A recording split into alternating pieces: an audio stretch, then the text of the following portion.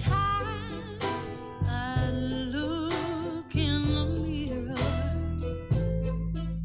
all these lines on my face getting clearer. The past is gone. It went by like dusk to dawn. Isn't that the way? Everybody's got their dues to pay.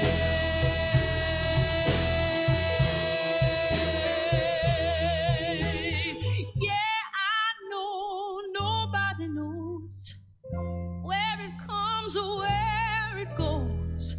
I know it's everybody's sin. You got to lose to know how to win.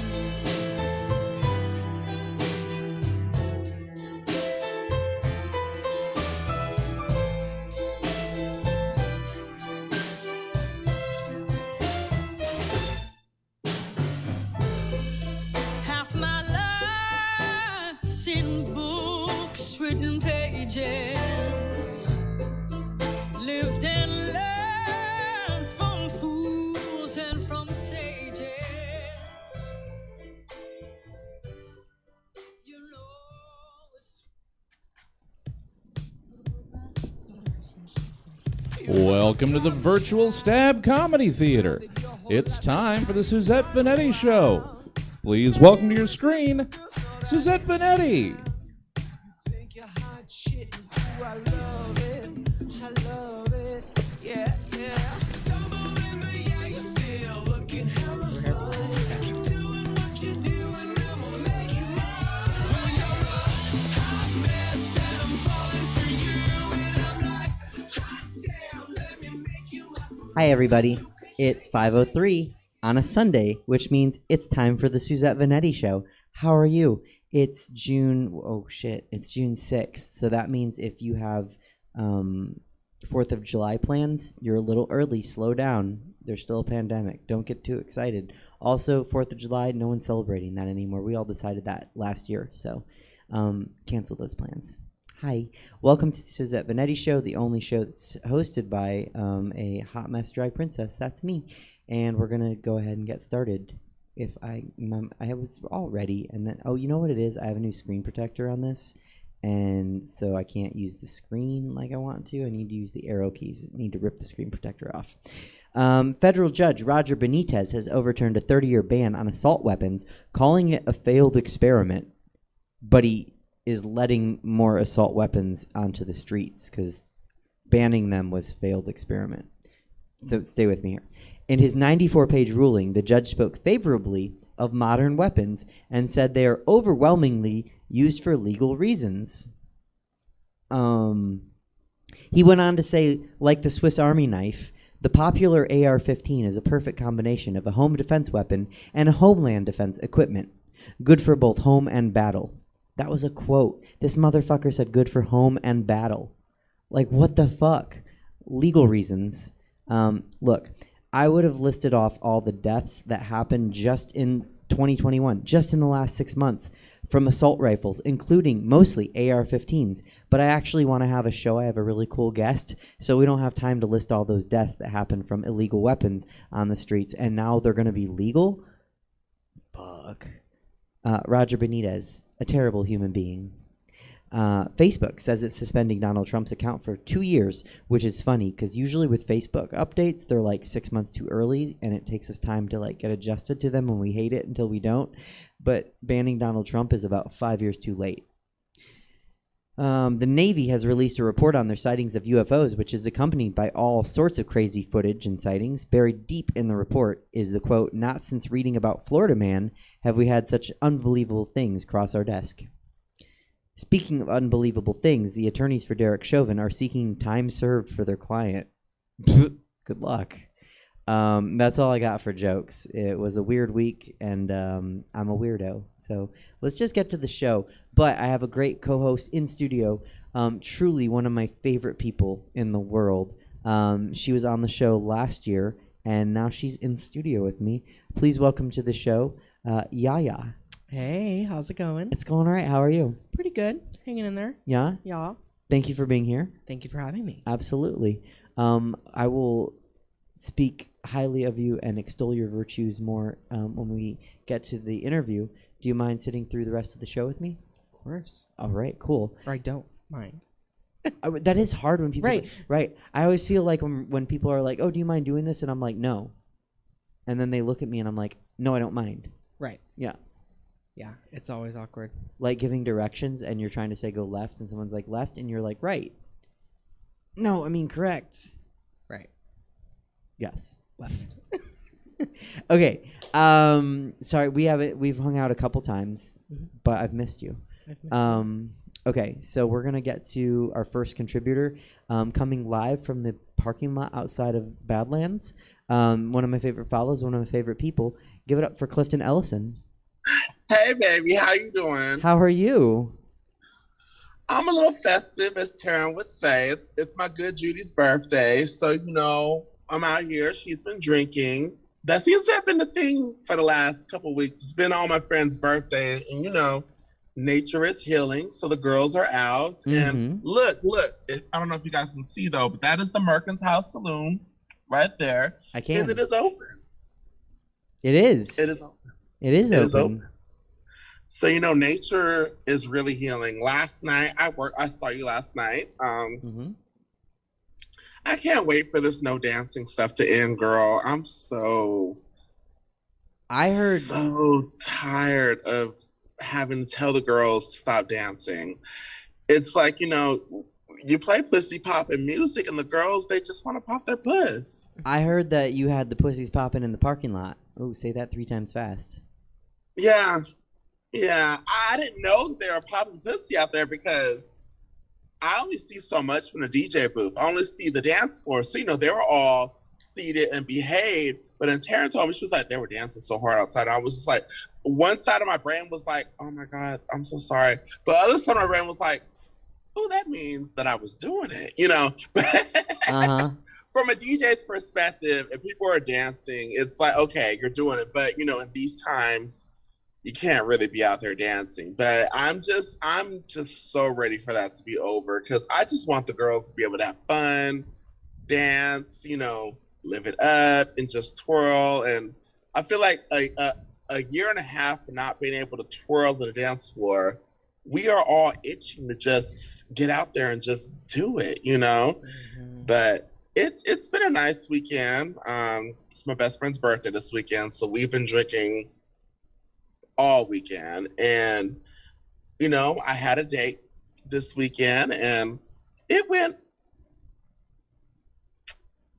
okay. But it was just nice to get back out there in a sense because, the whole pandemic, I haven't really been putting myself out there because I don't want people in my house and I don't want to go to people's houses and things of that nature. But it was just nice. We saw a quiet place. We had dinner but towards the end, I was just like, I feel like he sees me as a Judy. That's always been a struggle with me. I don't know if you ever had that problem, Suzette, but like when guys see you as a Judy, that just means they see you as a friend. That's just I know. the friend zone. Yeah. I feel like if someone made a comedy about my life, it would be called #Judy or #friendzone, just either or. Those are like the working titles, but Judy zoned. it could be worse. I could be labeled an asshole, which I'm not. So, just got to go with the punches. But she's getting out there. Your girl is getting back out there. Good. So, in celebrity news, have you been keeping up with Simone Biles? I saw she was trending, but for what? So basically, they have been getting on her because she has been doing a lot of moves that a lot of the other girls just don't have the vernacular to do.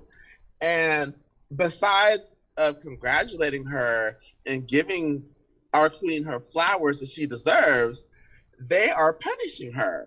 And they're like, oh, you can't do that. Da, da, da, da. And it's just like, why? Why? If the other girls can't do it, maybe they might need to step their pussy up and just do it. You know, like she has always been a phenomenal gymnast, and she did some moves that they deemed illegal. And I'm just like, why is it illegal now? Because she's doing it, you know? And it's just, it baffles my mind with Black women in sports that when they are doing things that their counterparts that are not melanated cannot do, that it's besides of giving them their flowers or congratulating them, they're punished. They're called egotistical. They're called, you know, showboating. And it's just like, why? That's what the sport is for. If they can do it, do it. Get your trophies, get your flowers. Oh, yeah. And then I mean, Naomi, you're preaching to the choir because, you know, I like basketball, right? mm-hmm. And, you know, just a little bit of history. Basketball used to be played very fundamentally by very white people. And then when the league was, you know, integrated with Black players, people were like, oh, look at these Black players showboating with their dribbling, their fancy two-handed dribbling, Mm-hmm. and they're jumping. And it was like, well, also the white people can attempt to do these things. Exactly. Step your pussy up. Step it up. Or find a way to find a way to compete with people that are better than you if you can't. So figure out how to do what they're doing or figure out your own path, but quit complaining. Exactly. Like, don't sit here and hate on somebody that is excelling at the sport that they have spent their whole life training for, their whole life sacrificing, training, putting in so much work for it. And you're going to punish her because she's doing something that the other girls can't? Why not praise her? I feel like this might be something Yaya and I talk about in a little bit. And one last thing before I go, because my friend just texted me, where are you at? And I'm like, I'm in the car doing a show. But also to Naomi Osaka, because, you know, she said, I don't want to do press.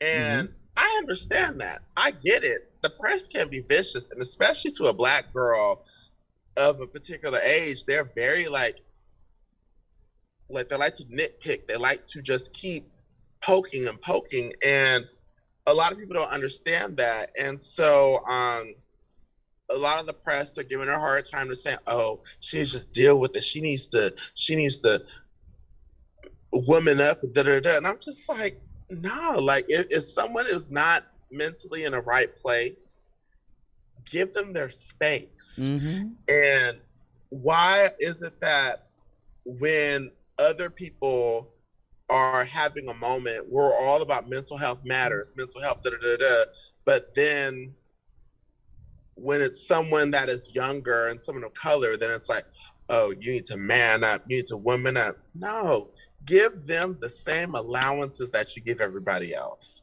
And that really kind of made me feel the type of way, especially someone that I also have anxiety and depression and things of that nature. And I understood where she was coming from, because the press can be very vicious, especially to Black female athletes like Serena, Naomi, the list goes on. And they have, history shows they have not been kind to the girls. So why, if I was in her shoes, why would I give y'all my energy when I could spend that time keeping my energy, keeping my sanity, and perfecting my craft to make sure that I'm the best athlete that I can be for my next game?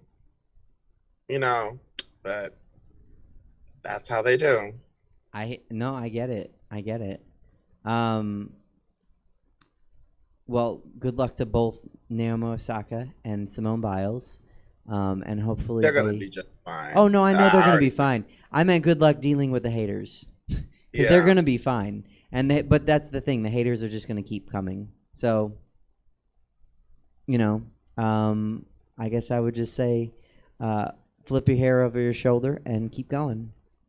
Keep going, because, you know, they're inspiring so many people. Because, you know, I don't really watch sports that much. When I watch them, something about women in general, but just gets me motivated. And watching them, I'm just like, well, shit, I need to step my shit up, you know? And I'm not even an athlete, but it's just a real motivating thing to see. What was I going to say? How was the show today? Oh, I think it was great. I mean, Yeah. Yaya, how did you enjoy the show? It was very fun. It was my first time doing brunch, let alone my first time performing Oh wow! in like a year and a half. So yeah, since yeah, it was really fun. you did a showcase right before the pandemic, right?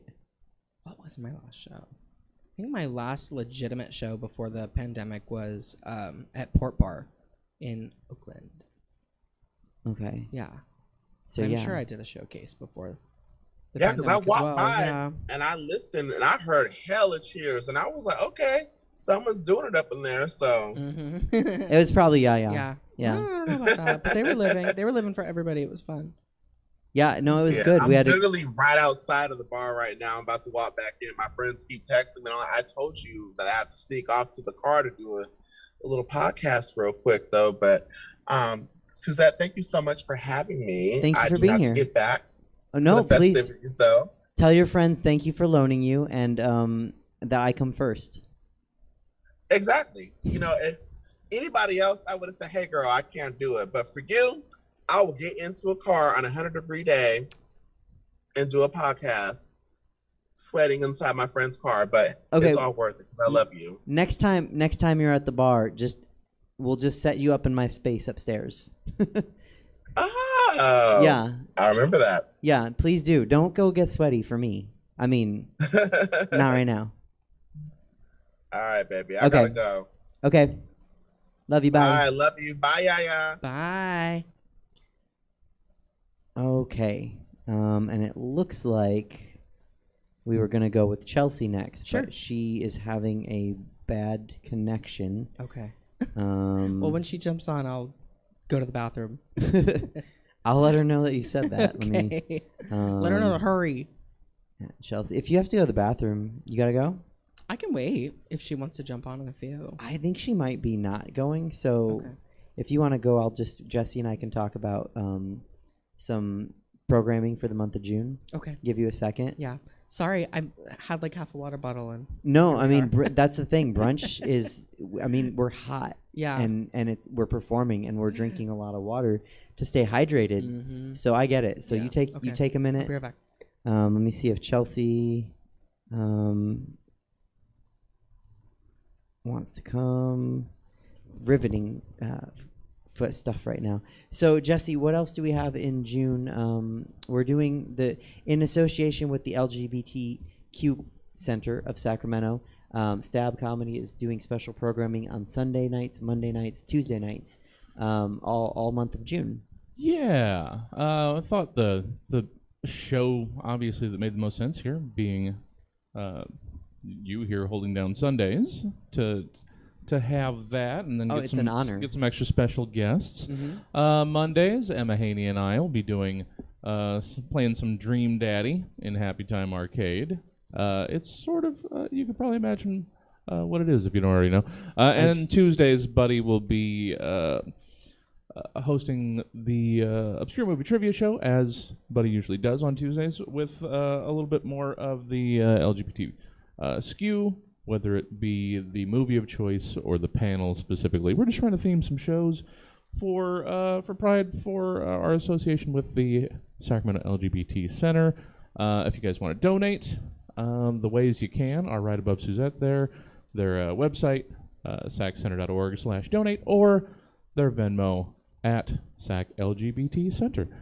And also, we just added a show this coming Saturday. It's Dr. Buddy Love, which you might happen to know a little something about. I do. I'm actually booked on it. Yeah. Dr. Buddy Love, Under the Stars, is it's outside, and we're gonna do some comedy sets and then talk about sex and relationships. So I know something about the show, but I think it's been so long since I've been in a relationship or had sex, I may not know anything about those anymore. Kind of like I had a car that had a crank, and now there are like gasoline cars outside, and I'm like, I don't understand modern times. Well, in addition to you headlining, it's Dr. Buddy Love is also going to feature Jessica Roberts, Maddie Nishimi, and he gave me the wrong name twice. It's Ashley Monique. Yep. Yeah, kept trying to say Monroe, but it's Ashley Monique. It is Ashley Monique, Yeah. a friend of mine, and Buddy is, of course, too, and I love Maddie and Jessica and Buddy. I said buddy twice. That's how much I love him. So that's going to be this coming Saturday, and we have very limited seating. Tickets are already available on the website. He didn't tell me I'm headlining. You said I'm headlining? That's what I was told. Oh, okay, I cool. mean, I'm or headlining. I don't know. It might be fluid, but that's what I've got here. No, I'll headline. I am excited. I'll have to invite some friends. I've never headlined a show before. That's awesome. Yeah, thank Well, you. we've only got we did 20 seats for the first show last week. I'm gonna gradually keep upping it, so we've got 25 tickets available for a show in the backyard next week. Okay. Next Saturday, the 12th. I hope that some of my friends want to come see me headline, because I'm adorable and I'm going to talk about sex. So, come out for that. Oh, it's a pun. I hate puns so much. Okay. It looks like Chelsea's not gonna. She'll try. She's driving up. Oh my God! Work with me, technology. So you had fun at. I'll just talk to you. Yeah. Yeah. You had fun at brunch. Yeah, brunch was a blast. Just a total testament to my lack of stamina right now. Before the pandemic, it was like I was performing, 3 to 5 times a week, and taking that year and a half off and coming back, I'm like, wow, I can't even imagine putting myself back into that, same workflow, because I was so used to it, and now it's like, it was just weird coming back, and especially having to do a double set, doing your first round of numbers, then you got the new audience comes in, you do your second round of numbers,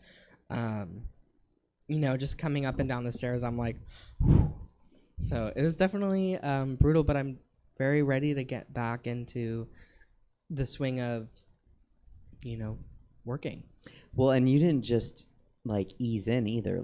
No, today is welcome back. You've got 2 brunch shows. You're doing a podcast, and then we're going back to the club, and we're doing the night show. Yeah. So yeah, I've been up since 7 is when I started painting. My friends call this a Suzette Sunday. Yeah. 4 shows in one day with 2 brunch shows, then the Suzette Veneti show, and then back for the Sunday showcase. Mm-hmm. And it is brutal. Mm-hmm. So thank you for being here. Of course. So Chelsea's going to jump on if her connection improves. Sure. While she's driving to Sacramento, ironically. She might just pop in. I don't know. But let's start our interview. Yeah, of course. Okay, so you are a recording artist. You are a drag performer. You're so talented. We have produced a show together, and I watched our interview back, and I said in the interview, it's unfair how funny you are. And I was like, I agree with past me. It's unfair how funny you are. I'm not that funny. I think you are. I'm not deliberately funny. I don't know. I'm just But when you do want to say something, it's funny. Well, that's good to hear. I think. Okay, I went back to my monologue. That wasn't funny. Okay, here we go. So we're not completely fully out of the pandemic yet. 9 more days. What's it like being back to performing? I mean, you kind of touched on it a little bit, but it's definitely a totally different world. I don't know if we want to get into the whole social dynamic of it yet. I don't know if that's a later topic of conversation. yeah, let's hold that for a little bit later. What's it like for on a personal level? Yeah. I'm just excited to be back. I think everyone's excited to be back. The crowd, the other drag artists in the community. I think we're gonna see a big resurgence and renaissance in the drag community for sure. Just because, before the pandemic, everything was really drag race heavy, and the local economy was kind of based around viewing parties and drag race tours, and now that they're still doing 9 million seasons of Drag Race. I feel like the public's attention has kind of shifted more to a local level because it's easier to consume. right? It's like when you've got a Drag Race franchise popping up everywhere every 5 seconds, it's like, okay, well, there's 13 new queens. every 5 minutes, Yaya's in Sacramento. She's not going to be here, so I can pay attention to her. So I do feel like, the local scenes are starting to get a little bit more attention. I feel like with everybody coming back and going to the clubs, there's just going to be a lot more energy for the local community, which I think is great. No, I think it is great. And Yeah. if brunch is any indication, we've had, I think today it's on the Instagram. It's like the 39th sellout in a row. Oh, wow. So people want to be there. Yeah, people want to be out. People want to live their lives again. People want to celebrate, nightlife and artistry and performance art, which is just so exciting. I feel like that energy was almost fading away before the pandemic, and the pandemic just kind of reset everything in a way. I don't want to say it was like a good thing, because obviously it totally was not a good thing, but I think it was what you made it.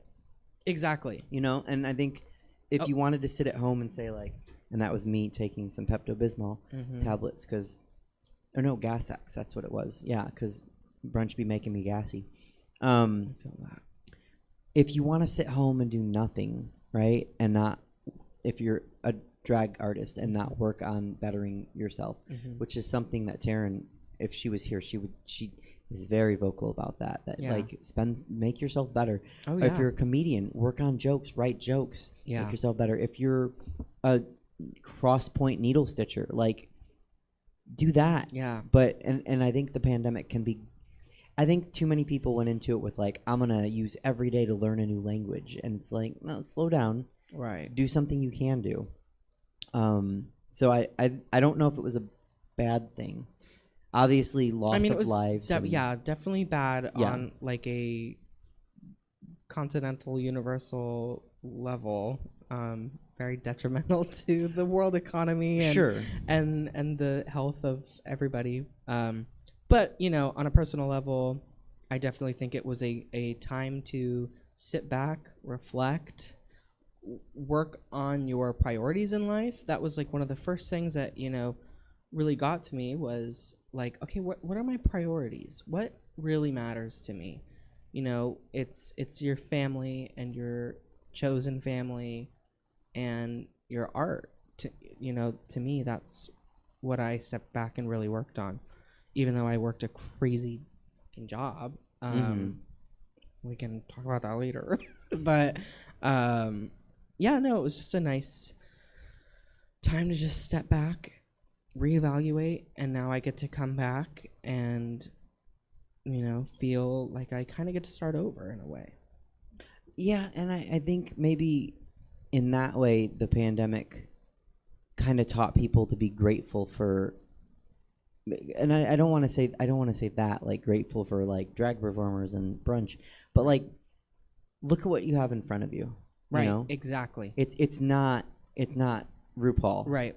But is it lesser? Yeah. Well, I think America definitely is so consumer driven, and we want more, and it's like we expect so much from artists and content creators, and you have to be at a certain level out the gate to have any kind of respect in any field, whether it's comedy, fashion, blogging, art, drag, music, whatever it is. It's like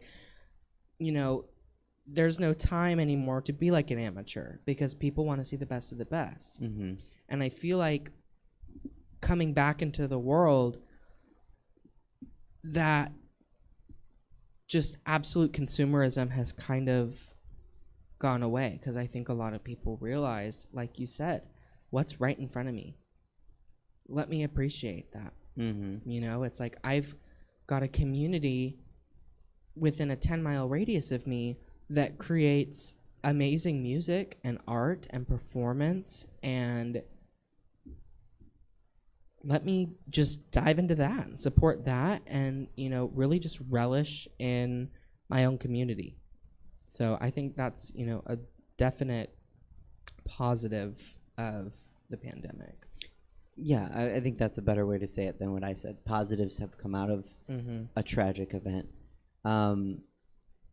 Did you have any apprehension coming into performing after, what, 15 months off? Yeah, definitely. Just because before the pandemic, I was really questioning how I felt about performing in drag in general. Just a lot of like questioning my own, you know, where I sit on the gender spectrum and how that pertains to me out of drag and in drag. And so there was a lot of internal debate there before the pandemic and still. And, you know, dealing with the, you know, people want to see more from content creators. And it gets draining when you're like, I want to go through my natural creative process, but it's like, I've got 6 shows lined up over the next 7 days, and if I repeat numbers, I'm going to get dragged and read for it. If I come up with too much new stuff, I'm going to spread myself too thin. I'm not going to know my words. I'm not going to have solid concepts.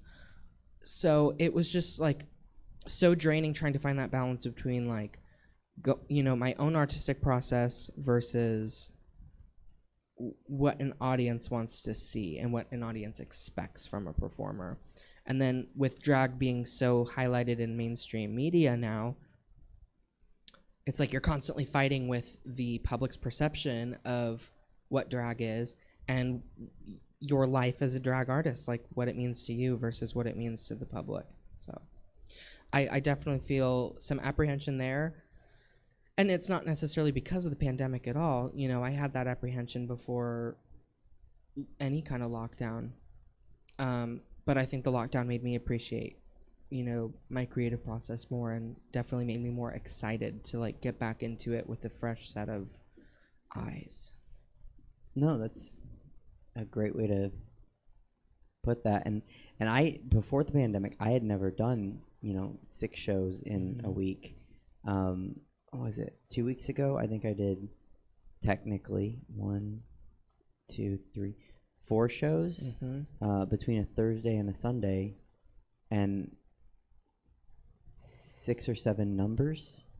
And that it is a lot. It's a lot to be that creative and to give that much. And that's something like, when do you start thinking of a concept and how quickly do you and perform it? I wish I was quicker. I'm not like my process is not super fast, especially now because like stuff will be funny online for like 5 minutes, and so it's like by the time you've, you know, YouTube to MP3 the content you need, put it in a mix, and get a booking, get to the show, perform this mix. It's like what? Sometimes this is not funny anymore, you know, or it's not topical. You know, every mix or every number kind of comes from a different place. I don't think I ever just sit down with a pen and paper and I'm like, all right, it's time to conceptualize. You know, sometimes it's just triggered by other things, or I'll see, you know, someone perform something and I'm like, oh, I forgot that song even exists, you know, and then you'll see something on TV or on Twitter and you're like, oh my God, the lyric from this song is, you know, part of this. And then you can throw it together and, you know, you're just kind of inspired by what's around you and what you're seeing. And then other times it's stuff like, you know, these are concepts that I've had in my head since I started drag. And it just, you know, sometimes you finally get to the point where you're like, okay, well, let me materialize that idea that I've been sitting on for 5 years. Well, right. And I talked about that. I had a comedian, Liz Glazer, on last week. And we talked about, in comedy, sometimes you don't know how to tell a joke when you start. You have to work through being a comedian for 5 years, 10 years before you have the skills to tell that joke. So I know that was the thing with me. Like, I had a lot of concepts when I started, no idea how to execute. Exactly. And even watching our interview from last Maybach this morning, I mentioned, I asked my Disney princess joke, and you were like, you're Alice in Wonderland. And I was like, oh, I have an idea for a video. Still haven't made the video. Right. Didn't but really you'll get there, you know? But it was like just the like, if a concept is a fully formed concept for a drag number is like 100 pieces of concept points. You've got to have the look, right, the skills to put the mix together, the resources to pull it off in a timely manner, because sometimes it is, you know, on a timeline, you know, it's like this is only topical for this period of time. I gotta hop on it. So, you know, there's a lot that goes into conceptualizing stuff like that, and it does come from different places. Sometimes it's garment driven. You know, I thrift a lot, and sometimes I'll find something and I'm like, oh my god, that looks exactly like this costume from this music video, or this reminds me of something I saw when I was a kid, and then you build this whole mix or performance around, you know, some random blazer you thrifted. Okay, so that's interesting, because a queen that I admire, I won't name names, but I'll say it's not someone that I hate. A queen that I admire playfully reads me for picking songs based on what looks I have. Right. And I'm like, well, that's just a different way than most people do it, but like, makes a lot of sense to me. It's easier for me. It's easier to pick a song based on a look, because sometimes I will like, I have this one idea that I have been meaning to like seek your guidance on. I have this concept for this number. I don't know how to make the look work, and to find that look or to make that look, that could take me years. Right. But you know, if I get like the right shirt, I'm like, oh, boom, wasabi. I'm doing wasabi next week, guys. Right. So I don't know. Do you go both ways with that? Totally. Sometimes you have the song and you find the look. Sometimes you have the look and you find the song. Yeah, definitely. Both are valid. Totally. Okay. You know, there's no right or wrong way to put this all together. You know, I always say drag is the art of all the arts.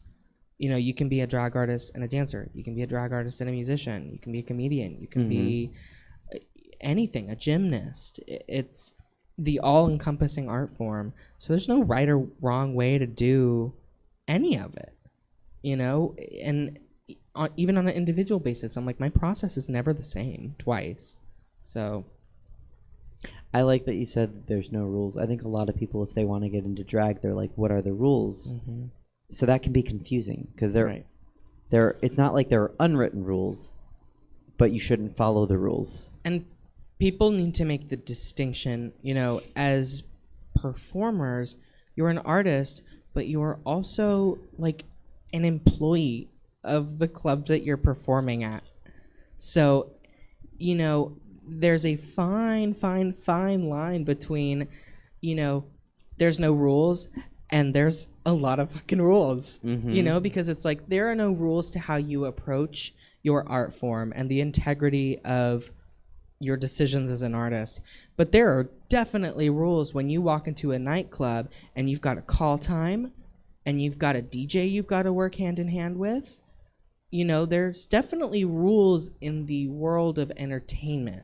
But in the world of being an artist, you know, the rules are wishy-washy. You can kind of play around with, you know, your approach. But, you know, definitely don't walk into the club and then, you know, if someone tells you to do this, this, and that, and then you say, well, there's no rules, because it's not going to work out for you. Well, and a lot of the things you named were respect. You know, respect the space you're in, respect the club giving you the opportunity. Exactly. They don't owe you the opportunity. No. The booker doesn't owe you the opportunity. The show doesn't. Because you're disposable. Right. Unfortunately, it sucks to say, and you know, as an artist, you have to remind yourself of that sometimes. I know for me, I'm always like, there's times where I just want to walk into the club and like start fights and be a diva. I'm like, no, I'm disposable. I'm like, if I say too much to the wrong person, or, you know, I have a bad day, it's like that might be the tipping point for someone else who's just like, you know what? They're not that important to the operation. Bye, you know? There's 10 other people in line at the door waiting for a number. So if you can't show up on time, have your shit together, be respectful and kind to your host, you know, your DJ, your bartenders, your bar backs, your servers, wherever you are, you know, your fellow cast, your castmates. If you can't navigate all of that professionally, you know, the rest of it doesn't matter. You're not going to have a place. Yeah, no, that is important. I think a lot of performers that now exist within just the pandemic, and performers that existed before and will exist after, kind of have misconceptions about how important they are to the grand scheme of things. It's Totally. like, no, none of us are. Right. There's someone else who probably is going to do it better, waiting for a chance. And that was one of the growing up. One of the things my dad always said to me was, "You could be great at what you do, but there will always be someone better." So, And pep that talk. I'd always just say that to myself in my head. I'm like, yeah, okay, I'm cute, but someone's cuter, so don't get too comfortable. Yeah. All right. Was there any rustiness coming out of a 15-month layoff? Yeah, my fucking joints, man. I'm like all creaky and broken. I gained like 30 pounds. So yeah, there's some rust and dust, and I gotta get my ass to the gym. I gotta start eating some eggs and bacon. You were wearing the same looks that, like, I've seen you wear, like, I'm not trying to read you and say, like, I've seen you definitely in those harder to looks. get into them though. Okay. Yeah, definitely. I'm wearing my little moo right now because this shit will always fit me. I mean, But- muumuus are cute Right. if you do it right. Yeah. So it's okay. I was thinking of the spelling of muumu. Sometimes when I'm tired, I get sidetracked in my own head. Like it's MUU. Is that what it is? I think so. I think Oh. that's muumu is right. You would think MOO. Or MUMU. That yeah. Or I think I don't know. I want to say it's the strange one. But overall, it feels good to be back performing. Totally. Okay, Yeah. good. Welcome back. It was Thank you. so cool having you at brunch. Thank you. And I hope we get to do it again soon. Yes, please. Can we talk about your new album? Yes. Okay. let's. So you have an album titled Stranger. Mhm. It comes out on the 18th. Yes. Tell me about it. Yeah, so this is going to be my second full-length album. I released Dreamland back in 2018. And Dreamland, I almost don't even think of it as like an album. It's more of just like a collection of songs that I had like written and produced throughout like high school and college and moving back to Sacramento from college. So I never really had like an album in mind when producing a lot of those songs. And this was a completely different process. It was like I did that album. I did like a little EP after that. And then I like sat down in the studio and I was like, okay, cool. I like released an album.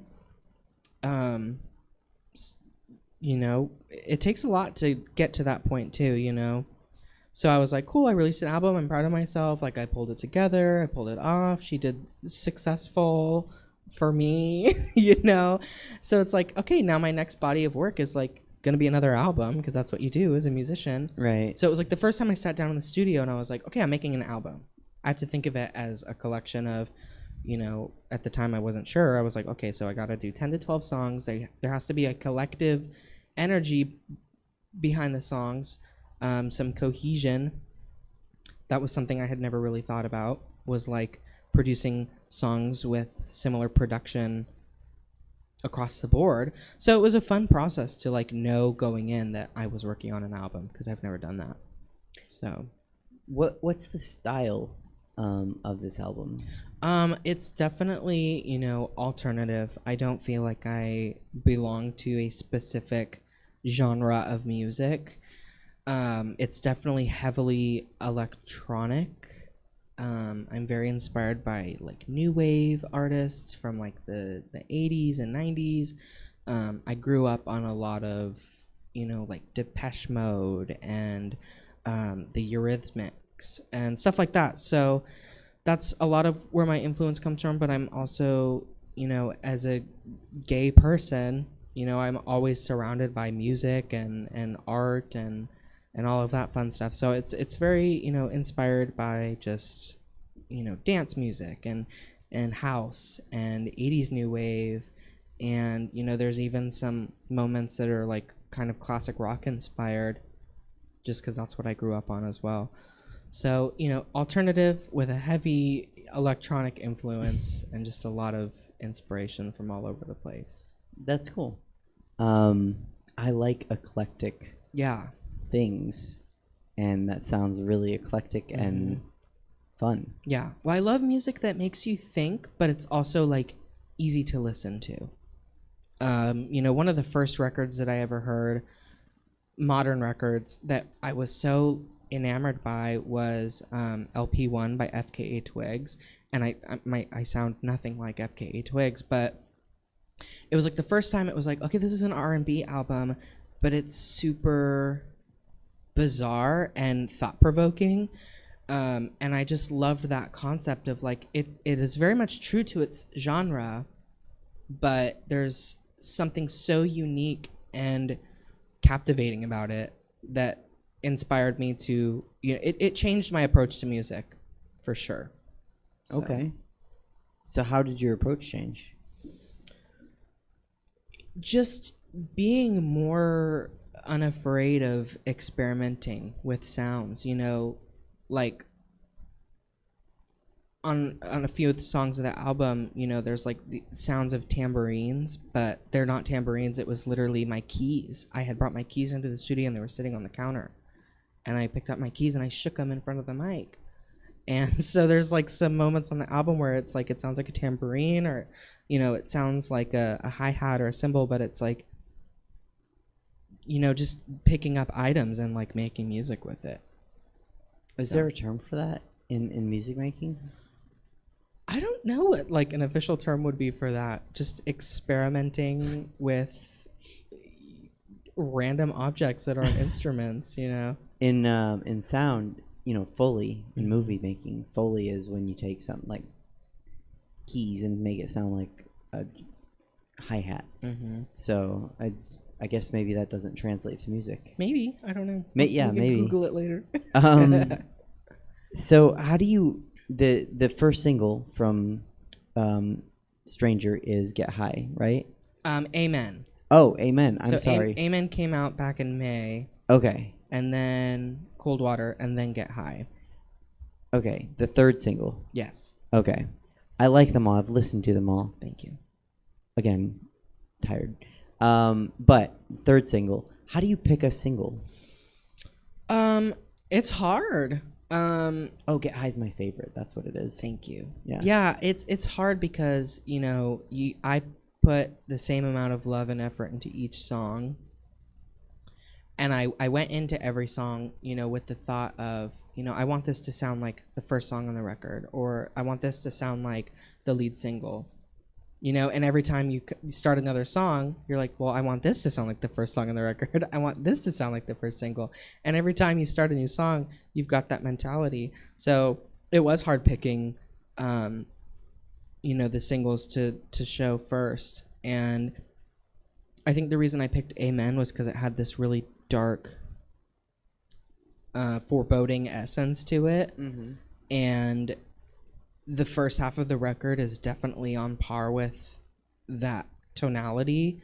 And then Get High kind of speaks for the rest of the album because it definitely goes into this more, soft, eclectic,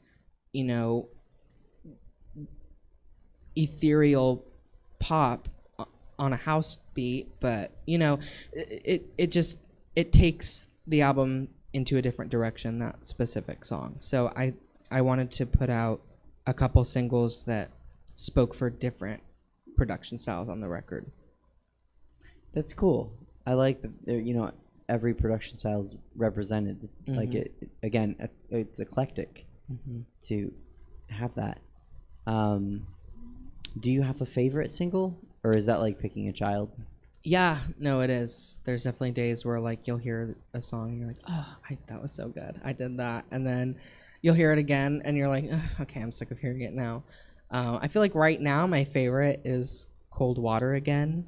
I really liked that one before, and then I liked Get High, and then I came back to Cold Water.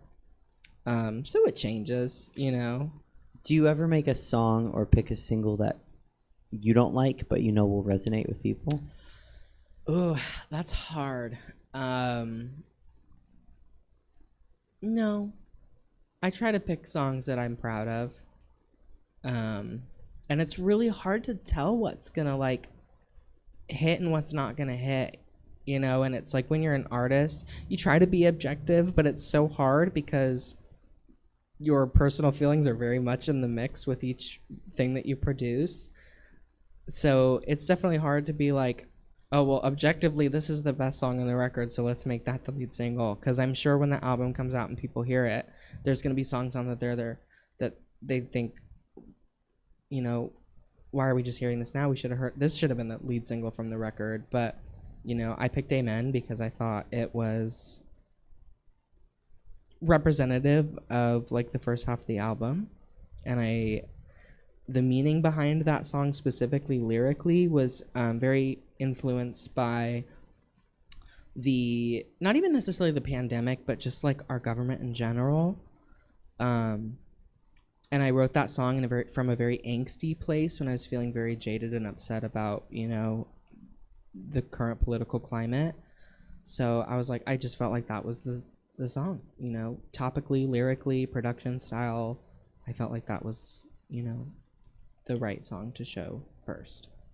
So this is a question I just thought of. When I had CDs, I would notice I always ended up liking the same number track, like 3, 7, and 10, in addition to 1. Is there thought that goes into where you place the songs? Totally. Because I feel like a lot of really good records that have released lately have really weird track listing. And for me, the energy and flow of the record is so important. Because I'm not the kind of person that throws my shit on shuffle. I love listening to a record front to back and like experiencing the artist's intent with the record. Just for example, like an album that I think has a really weird flow is Plastic Hearts by Miley. I think the songs are all really good, but the way they're track listed is so weird to me because it's like high energy and then it cuts off and then it's low energy and high energy again. So just like the flow of the album just feels really like stop and go.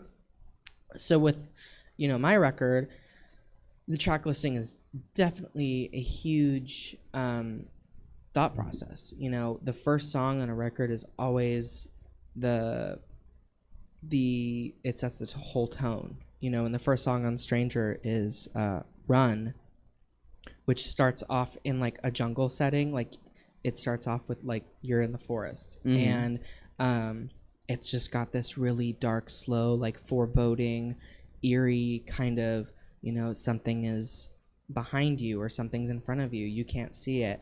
So it just sets the tone for the whole record of just being very, I don't want to say creepy, but, you know, dark. Ethereal? Dark and ethereal. Yeah, it sets that tone for sure. And the production is really powerful on it. So, you know, I wanted that to be the first song. And then Amen takes you somewhere completely different. And then Judgment and Stranger are the next two, and Judgment I would almost say is like the intro to Stranger, because the tracks go right into each other, and then after Stranger the record kind of takes a different turn stylistically. So yeah, I definitely think about the track listing and how the record starts and how it ends. It's really interesting that I lost my train of thought. But I wonder if there are artists that don't put thought into it. I would think so. You know, a lot of the times with these bigger record label albums, the artist is the smallest piece of the puzzle. So they might have an intention for the track listings, and it could be subverted by a label producers? or totally. I think a lot of mainstream artists don't really have much stake in what they're producing. You know, it's like even if you write the song, they go in and then there's a producer and there's a vocal producer and engineers that kind of take the track into a completely different place, and then you send it off to mixing and mastering. And, you know, there's so many pieces to putting a record together, and I think a lot of artists come into the studio, sing their words, go home, and let the label deal with the rest of it.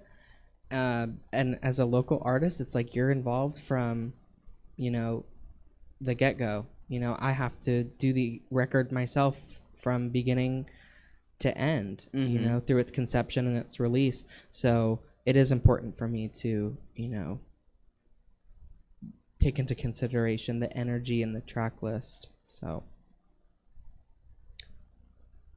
I'm glad you do. thank you. It probably makes for a better album. Yeah.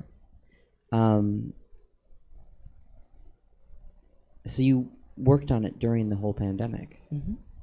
What was that like? Yeah, how is that different to create an album during a pandemic as opposed to outside of one? Well,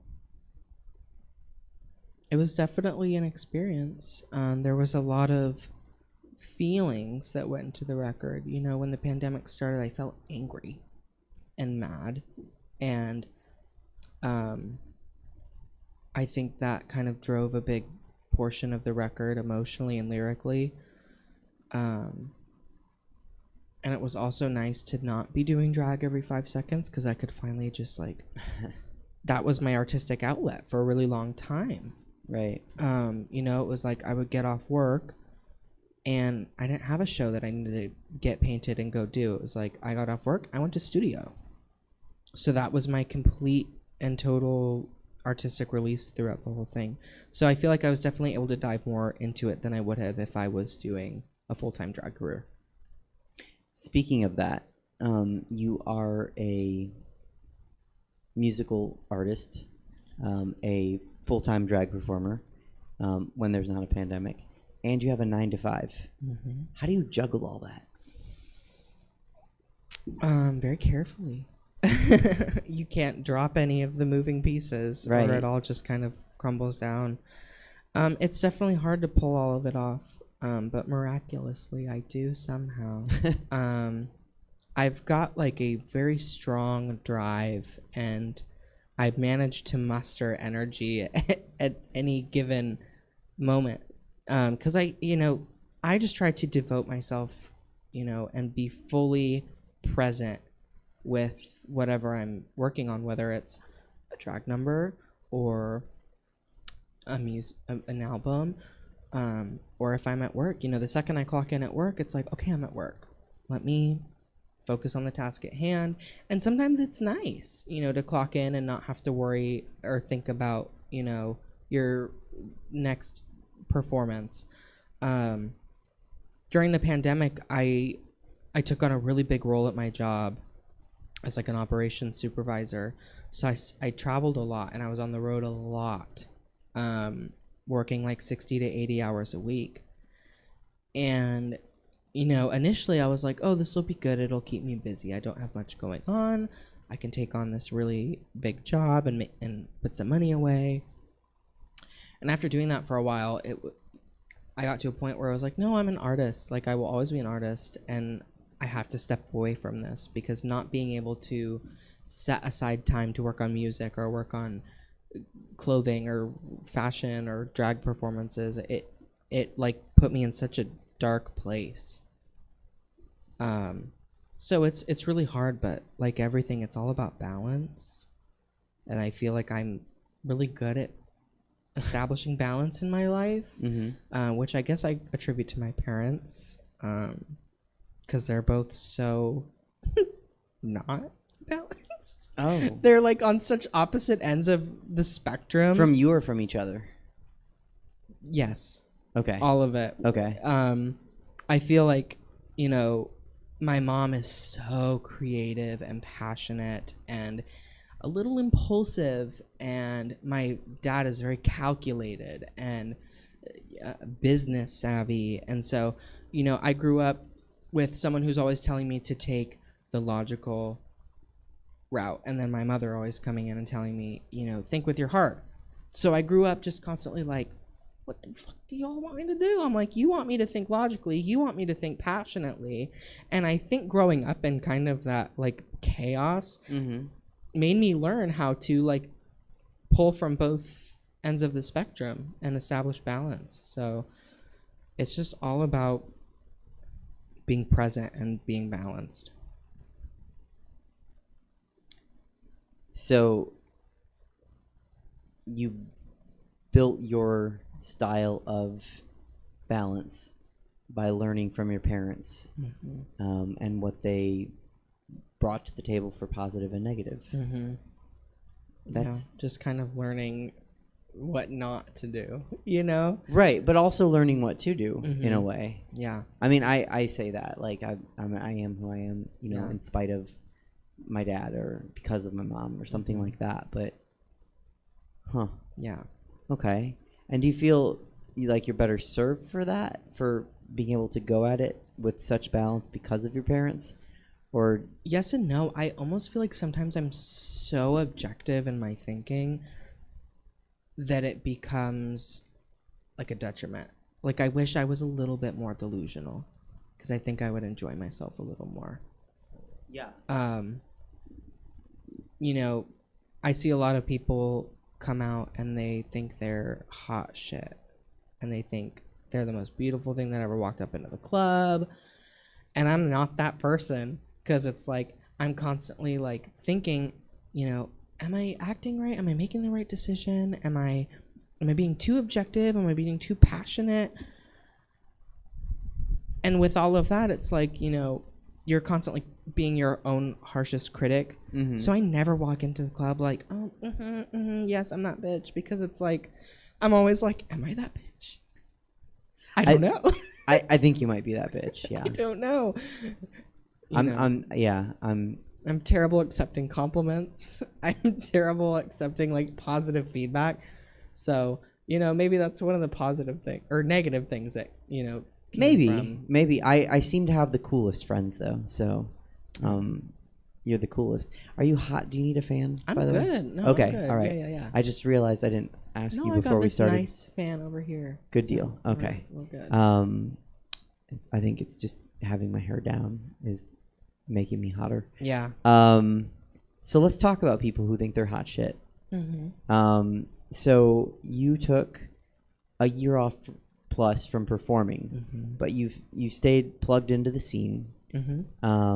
Now you're back to performing. You're doing a Suzette Sunday, which I don't recommend to anybody.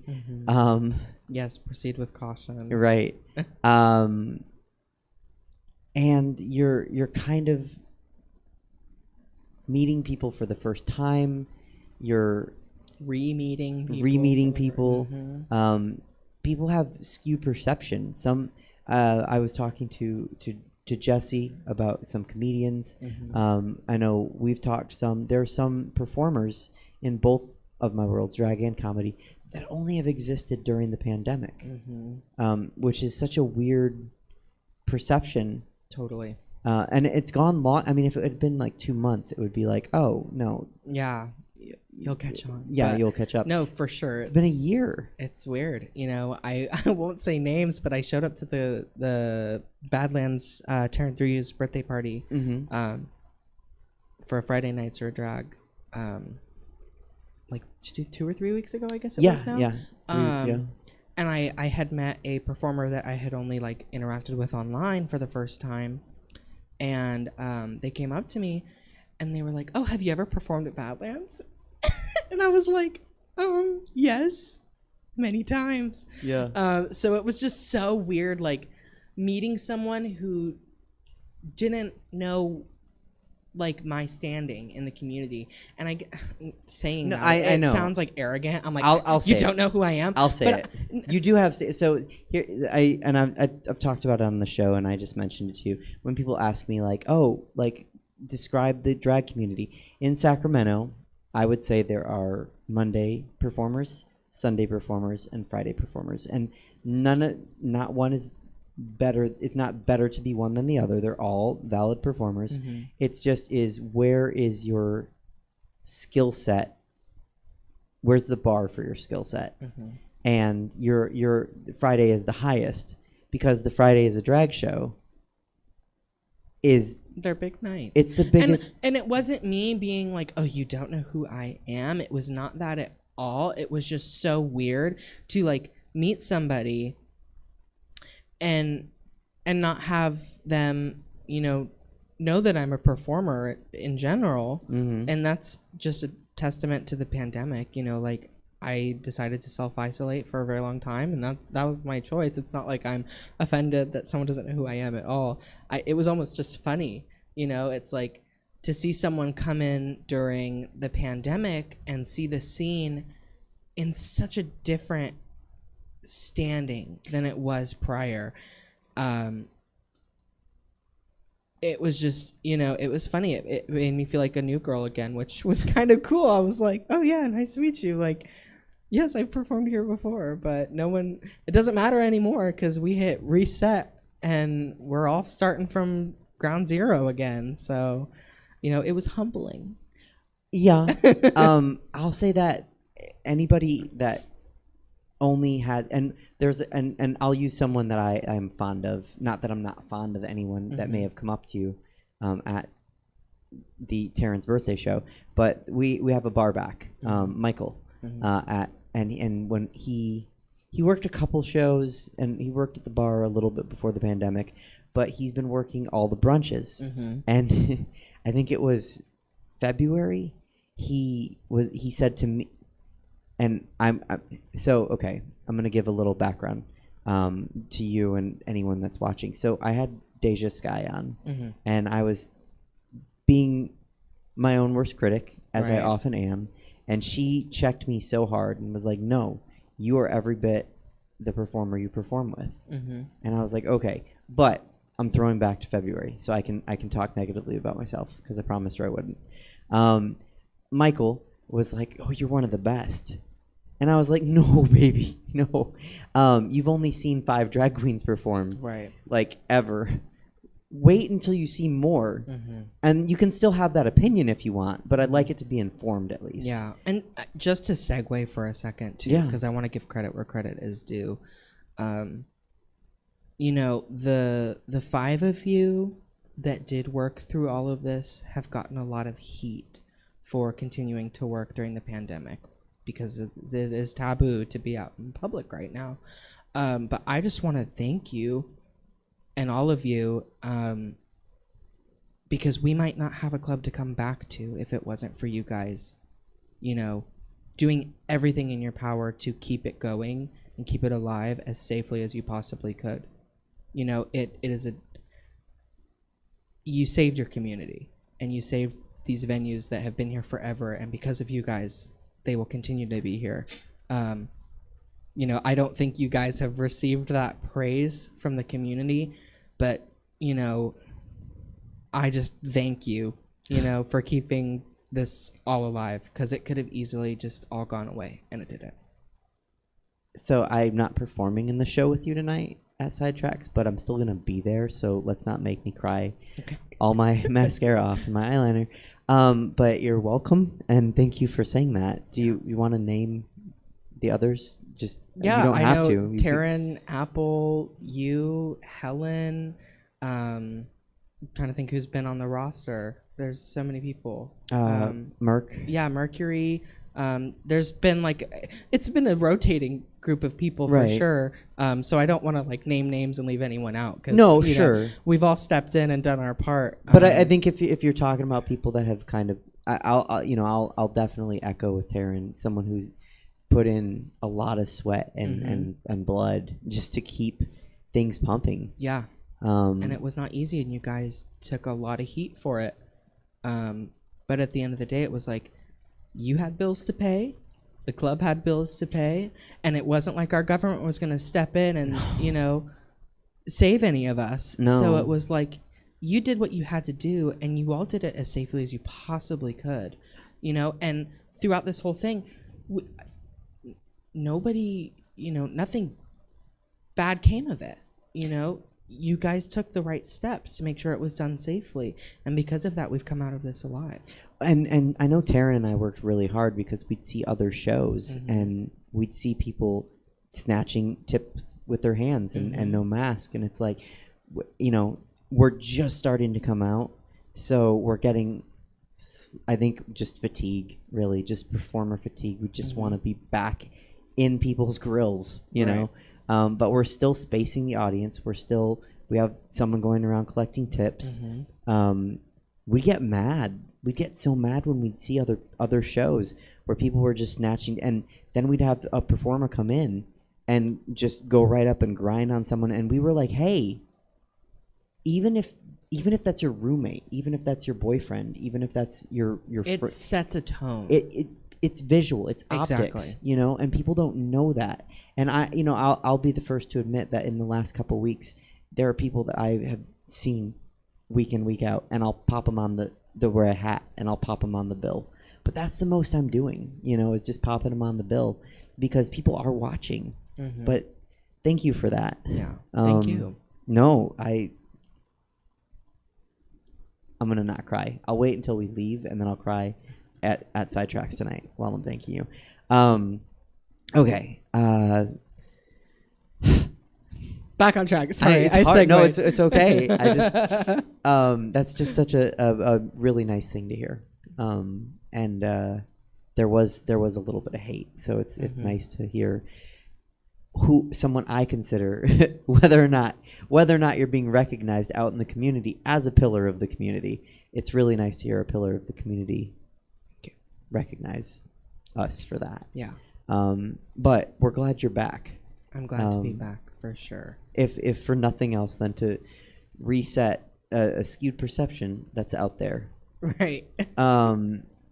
So you were here when I filmed with Rosalia. Yes. And we kind of have this ongoing discussion about I'm like sniffling now. About performer entitlement. Mm-hmm. And it started. So I had you on, I think I just looked it up, episode 3 you were on, and now this is episode 59 of my show. Crazy. I know. But episode 50 with Apple Adams, you can look it up. It's on in YouTube. Sometimes I aside to the audience like Parker Lewis. Yeah. Yeah. So that shows my age. Whoops. Performer entitlement, Apple, and we talked about it.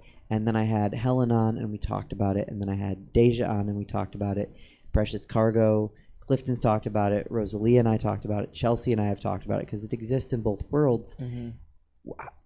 What's your thought on performer entitlement?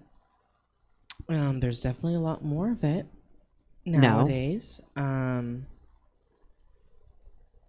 think it was Rosie that said all drag is valid, but not all drag is, good to go. It was. It shook me because I was like, oh shit, I need to ask her. And that I guess is a controversial statement. Shouldn't be. It's not.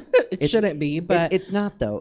It's only controversial from people who can't handle it. And it's not just applicable to drag. Like it is applicable in all mediums. Yeah. There's definitely a lot of people that come onto the scene and immediately they're like, I'm a drag artist. Where's my booking?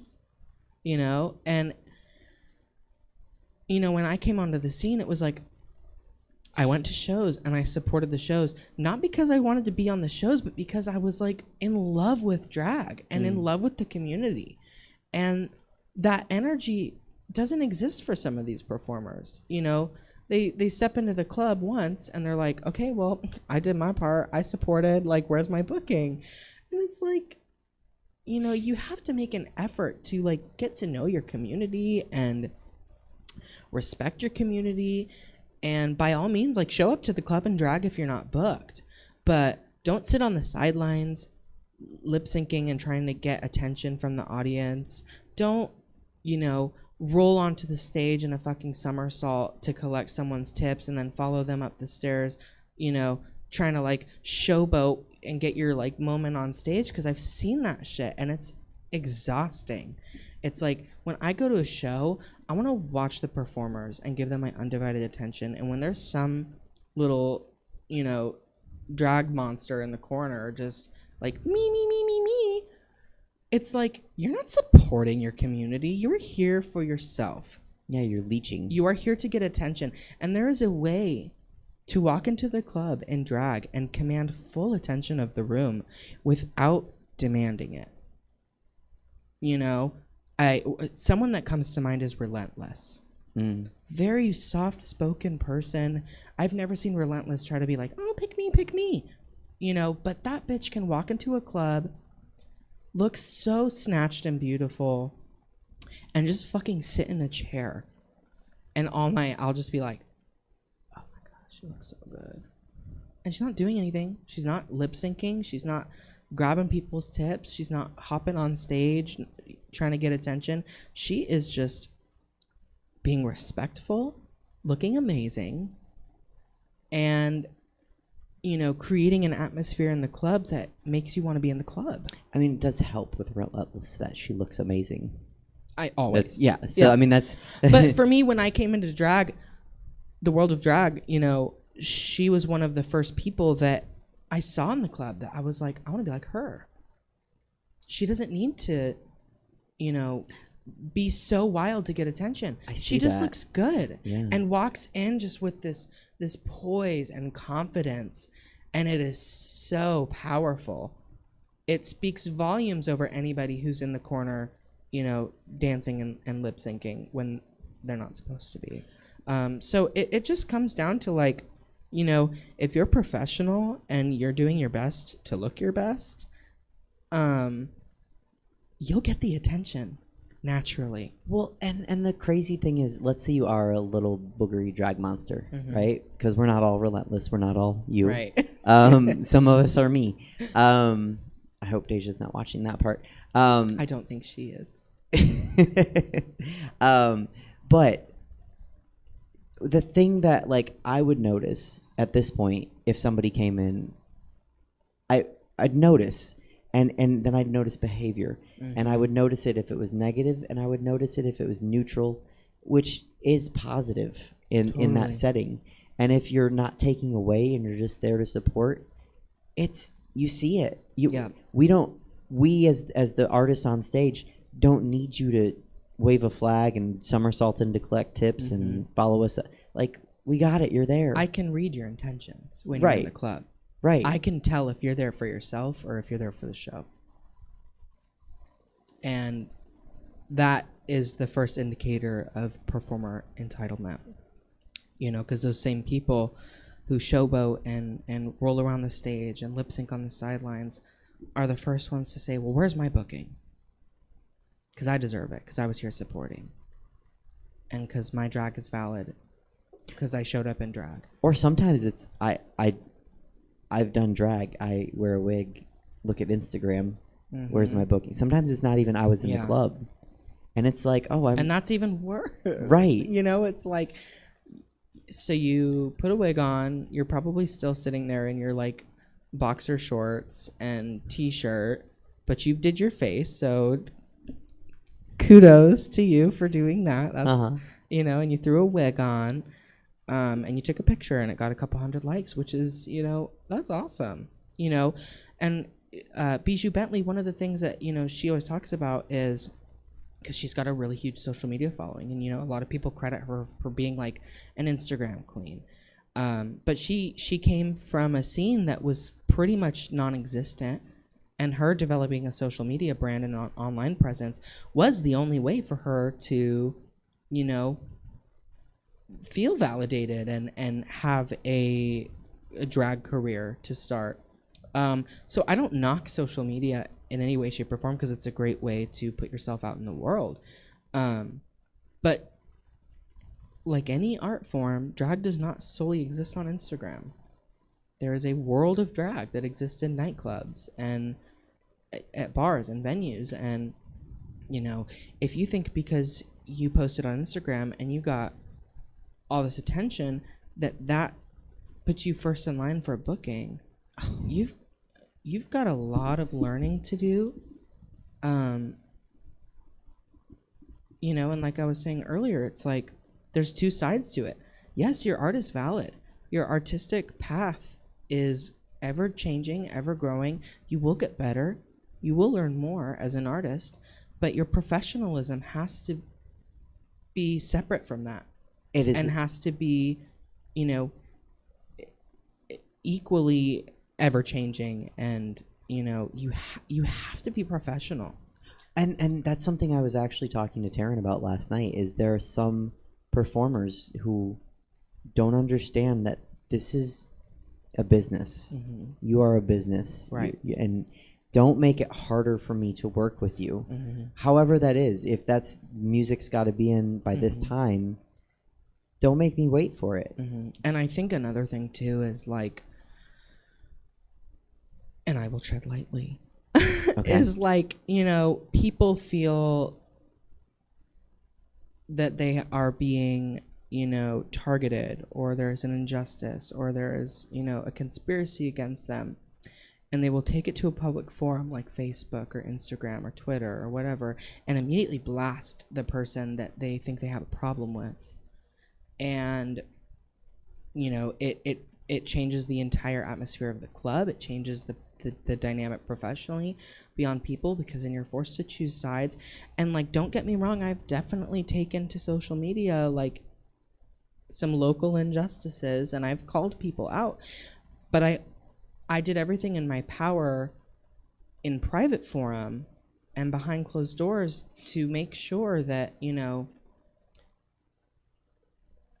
is this really a conspiracy against me? What is my role in this? You know, and trying to look at it objectively and have a conversation with that person, you know, and just say like, hey, I feel like you've got something against me and you're not booking me because of it. And having a conversation and being able to accept criticism and critique if that person, you know, has said, you know, you've come to the show and you are unprofessional, you are loud, you try to take attention away from the performers, and to be able to hear that and not take it personally and not get offended and say, you know, I wasn't even aware that I was doing that. I loved that song. I forgot I was in drag. And I was just over there, like, performing my heart out because I was feeling the music, you know. And that's just like a total, like, example. That's not a specific scenario that ever happened. But it's like, you know, there are other things that people need to accept, like right. And you just have to communicate, right, and be able to accept someone else's point of view without being a victim. And sometimes you are the victim. There's been times where I'm like, I'm the victim. I you know, but you have to make that conclusion, you know, logically and based on a conversation with that person. You can't just get an inkling, hop online and stir shit up because you feel like you didn't get a booking and it's because this and this. Yeah, no, I mean, as a theater kid, I learned to take all criticism, like, not take. I learned to listen to all critiques and criticism. Yeah. That doesn't mean I need to follow it or change what I'm doing. Right. But it's worth hearing, because some of it might be right, some of it might be helpful, even if they didn't mean it to be. Some of it might be something I never thought about, that someone else had one little nugget of an idea. So it's worth listening to. All the time. And if you can't be an artist without accepting or hearing what people have to say about it, you know, maybe being in such a public setting is not right for you. You know, and that's hard. You know, as an artist, you know, we face a lot of critics, including ourselves. And it's like, the last thing you want to hear when you get off stage is someone say, baby, you shouldn't have done that. But sometimes you have to hear that. Well, yeah, and I'd rather hear that. Maybe not in that moment. Right. But I'd rather hear that than nothing. And don't let it end you. You know, I hear so many people come backstage and they're like, well, I hated it. Fuck it. I'm done. You know, and they're mad and it's the end of the night and that's it for them, you know, and then they take a break from drag and come back 6 months later. You know, I've seen that, and it's like, as an artist and a performer, there will be lows. I've had lows, you know. I've gotten off the stage in tears and sat in the dressing room bawling and never wanted to do drag again. And then the next day, you have the best show you've ever had and you make $500 in tips. Everyone loves you. And your Instagram mentions are going crazy the next morning. And you feel all validated again after just being at the lowest of lows. So as an artist, you have to accept that, like, with those super, super lows come really amazing highs. And it's not linear. You know, it's not like, you know, oh, this sucks.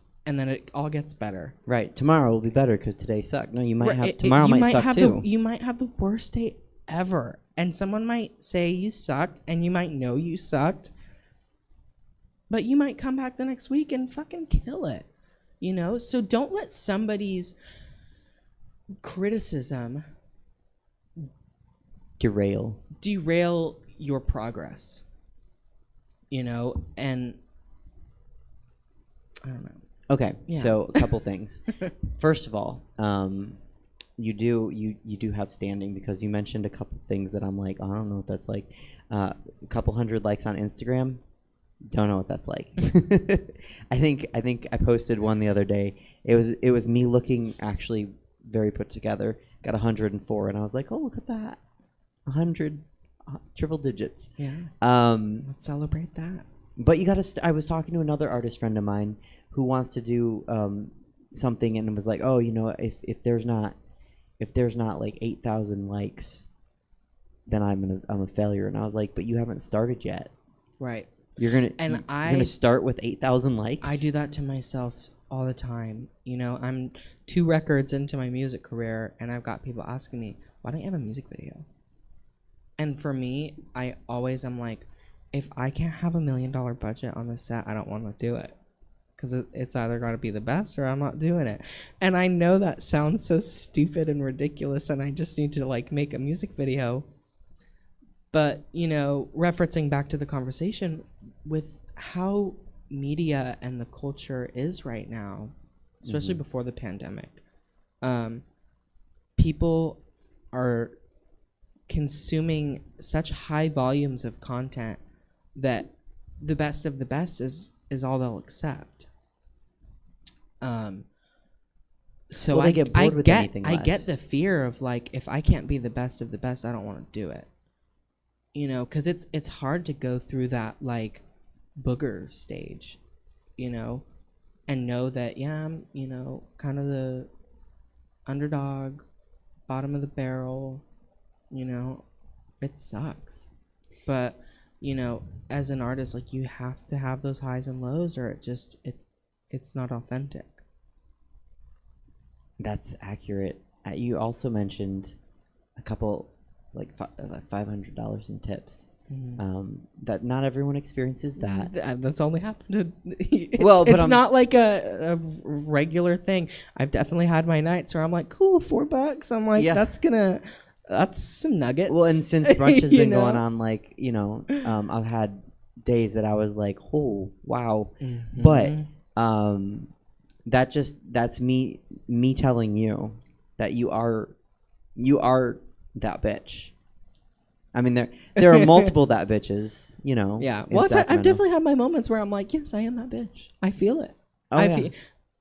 But like anybody else, I have those, like, just deep, dark, depressing lows. You know, Mhm. I don't want to go into, like, any specifics, but, like, I had a night that was really bad, and it ended with a comment from someone that I still think of as a friend. And I don't think they meant anything by it, but it was just like a small comment about my standing in the lineup. And I had already had a rough day. You know, my second number, I got on stage and everything I had planned was like, wait, what? And so I was already, you know, shaken, and I got backstage, and this person said this to me. And I got in the car and I cried like a little baby. And I just remember that being, like, such a low for me, and I wanted to quit. And so to anybody out there who's listening, you know, you're not alone in those lows. Every single artist has them.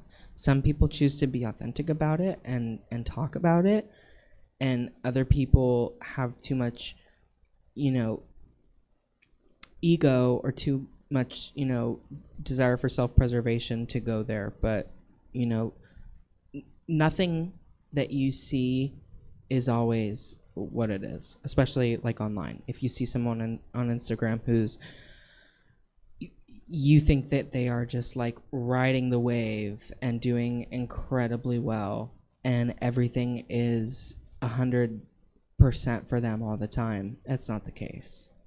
They're picking and choosing what is presented to the world. So yeah, just ride the highs, appreciate the lows, and the lows will make you more grateful for the highs. So You don't know what a high is without the low. exactly. And, I've had my $4 performances. We all have. Here's an interesting question. How do you know whose advice to take and whose not to take? That is a really good question. I think you can take advice from anybody. They don't necessarily have to be at your level to have something important to say. Oh no, yeah. For example, like Woo Woo Monroe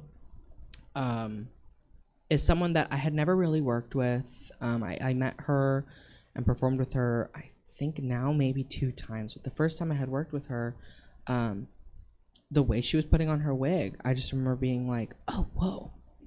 I never thought about doing it like that.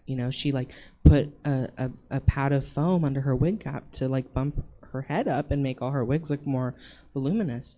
And I was like, why do you do that? How do you do that?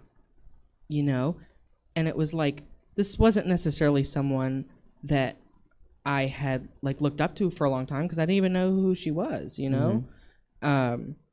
But it's just being able to like take bits and pieces of advice and knowledge from all walks of life and all performers and artists, because everyone has a different approach to everything. And it's like, I might work with someone that I'm like, oh, she's a booger, but then I'll watch how she puts her pads on, or I'll watch how she cinches herself. I'm like, oh, I never thought of doing like that. That would make my life a lot easier. And then I do it like that. And maybe necessarily I'm a better performer than her, but I didn't think about that, so I can adopt that. Ask questions. If you see something that you're like, what are you doing? That looks really efficient and cool, and I would like to do that. Ask, do it. You can learn from anybody and everybody. There's no, like I said earlier, there's no rules when it comes to how you approach your art. There's rules about how you conduct yourself when portraying your art, but the process is ever changing, and I've met people that I totally admire and learn stuff from them, and have taught them things, and then I have met people that are not necessarily at the same level as me that I've learned things from and that I've been able to teach them. So it's just about, the give and take. And if you're looking out for your community, everyone should reap the benefits of those skills and knowledge that everyone brings to the table. What if there's advice out there that you think might be detrimental to you? How do you know whether to ignore that or take it? It's a good question. I mean, it's very circumstantial. Because I've definitely had people tell me things where I'm like, well, you're wrong. No. Or not necessarily you're wrong, but it's like, well, that's your point of view. For an example, I don't want to say names again, but, when certain performers, say, you should dance more. I've gotten that a lot from different people. And it's like, yeah, okay, maybe I could implement a little bit of this and that into what I'm doing. But I feel that I'm doing well for myself. I enjoy my performance style. I watch my videos back, and 90% of the time I'm like, oh, cool, that looked good. So sometimes it's not, it's like, I'm not a dancer. I'm not a professionally trained dancer. I'm not going to just like take that advice to heart and completely change my approach to my performance. Well, and you got to where you got not relying on dancing. Right. So to change everything you do and go away from what has gotten you here. Right. And of course you can implement it. So Exactly. in the dressing room today, your performance at the sleigh ground came up when you surprised everyone with dancing. Mm-hmm. You had it in your back pocket. Right. You don't do it all the time though. Right. So I think it people didn't know you could do it. Mm-hmm. So it's good to have it, but Totally. And it's good to be well-rounded and learn lots of skills, especially in drag, because like I said before, drag is like the all-encompassing art form. You know, you got to be funny, you got to be cute, you got to know how to, pop a couple dance moves here and there. So yeah, if someone tells me, you need to have better costumes, or you need to dance more, it's like, well, yeah, of course I could do a whole lot of stuff better. But, so could you. So could you. So could you. So, it's just a matter of, everyone brings something different to the table. Like, appreciate it and, continue to grow where you feel you need to grow. And if someone is coming from a place where they think you need to change something, analyze that. Don't necessarily take it to heart. You can take it to heart a little, but I don't know. It's so. You said something, and I got lost. I had a follow up, but yeah, people. There's room for everybody, Totally. and that's something you've said. I'm quoting you. Yeah, no, there is room for everybody. And I don't know if you want to talk about it later or whatever, but I think a lot of people, especially now coming back after the pandemic, are a little insecure about their standing in the community. And with that insecurity comes, trying to knock others down a peg to establish yourself or establish your standing. And to me, there's room for everyone. It's like, I can serve a look, I can, give a campy number, and maybe there's a performer on the lineup who doesn't do that, but she can come out and fucking death drop and flip around and vogue the house down. And it's like, I don't do that, but you do that. So it's a good thing we're on the same lineup. Right, because we don't want four death droppers, just like we don't want four look cute, give good performance with no dancingers. Right, exactly. Although you and me and Apple were in the same show today, so we're pushing it with 3. Right. If Rosie was there, it would be...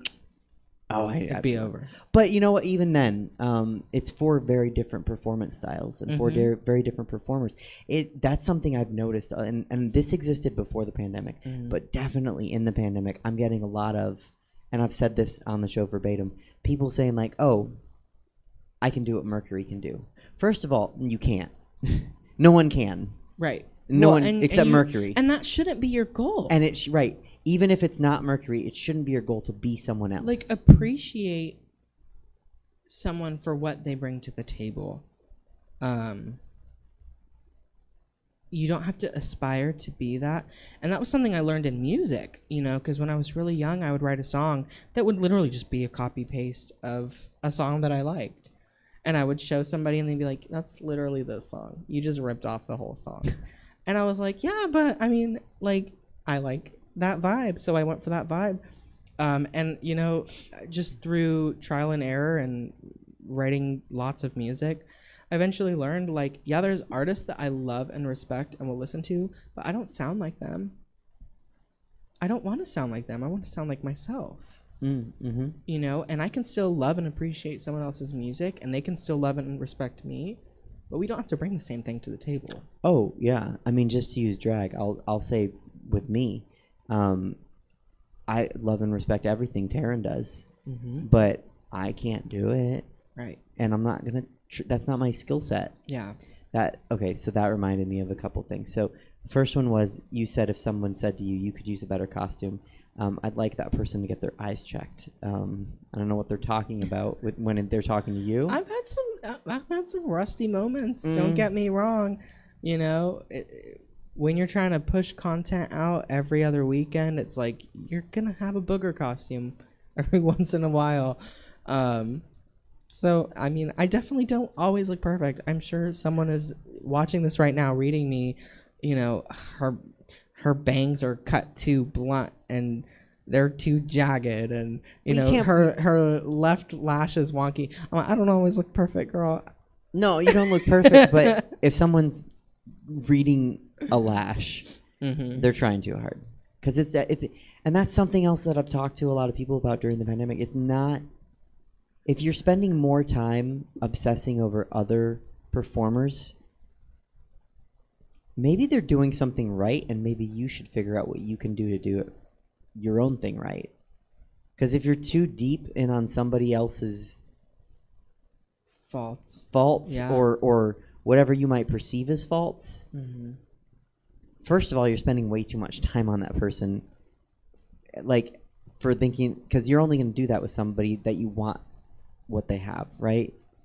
You're not gonna spend that much time with someone that you don't care about. Right. So stop trying to figure out. Right. Because if I genuinely thought you were below me and I did not have the time of day for you, I wouldn't spend my time. No. I wouldn't sit there attacking somebody or saying something to somebody if I thought they weren't worth my time. You'd say that's a booger, I'm moving on. Exactly. How does she put her hip pads on? Is it efficient? Right. Right. Can I learn? I could learn from that booger. Right. I'm sure that booger did something cool. But, you know. The other thing you said that kind of jogged my memory was acknowledging, like, when you do have a bad number, a bad day. And I think I might have talked about it when you and Rosie were here 2 weeks ago, 3 weeks ago, when I had my Make-A-Wish day. Did I mention that? Okay, yeah. Sometimes, and my goal has been to get less and less of those. Right. You know? And I think that's another thing that kind of, I've been around for a while now, and that's something that kind of bugs me is Fridays are a drag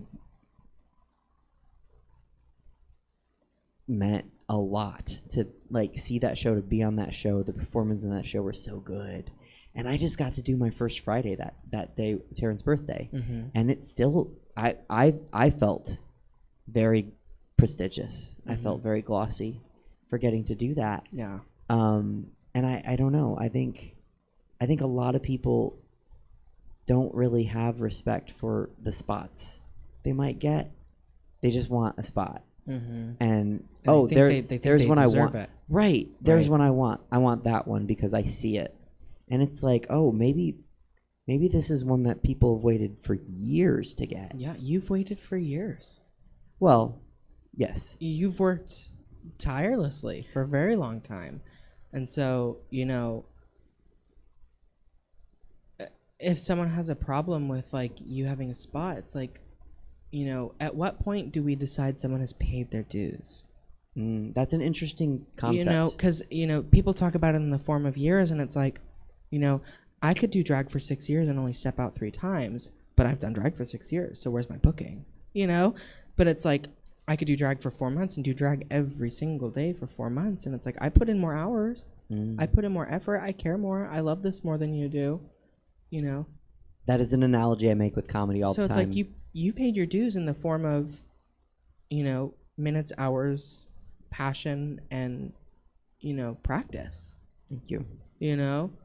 And like, yes to you, but, like, in general, like, you know, everyone pays their dues in different ways. Absolutely. And it's what do you say to somebody who is like, oh, I deserve to be in a Friday show. I deserve to be in brunch. I deserve to be in the showcase. And say why.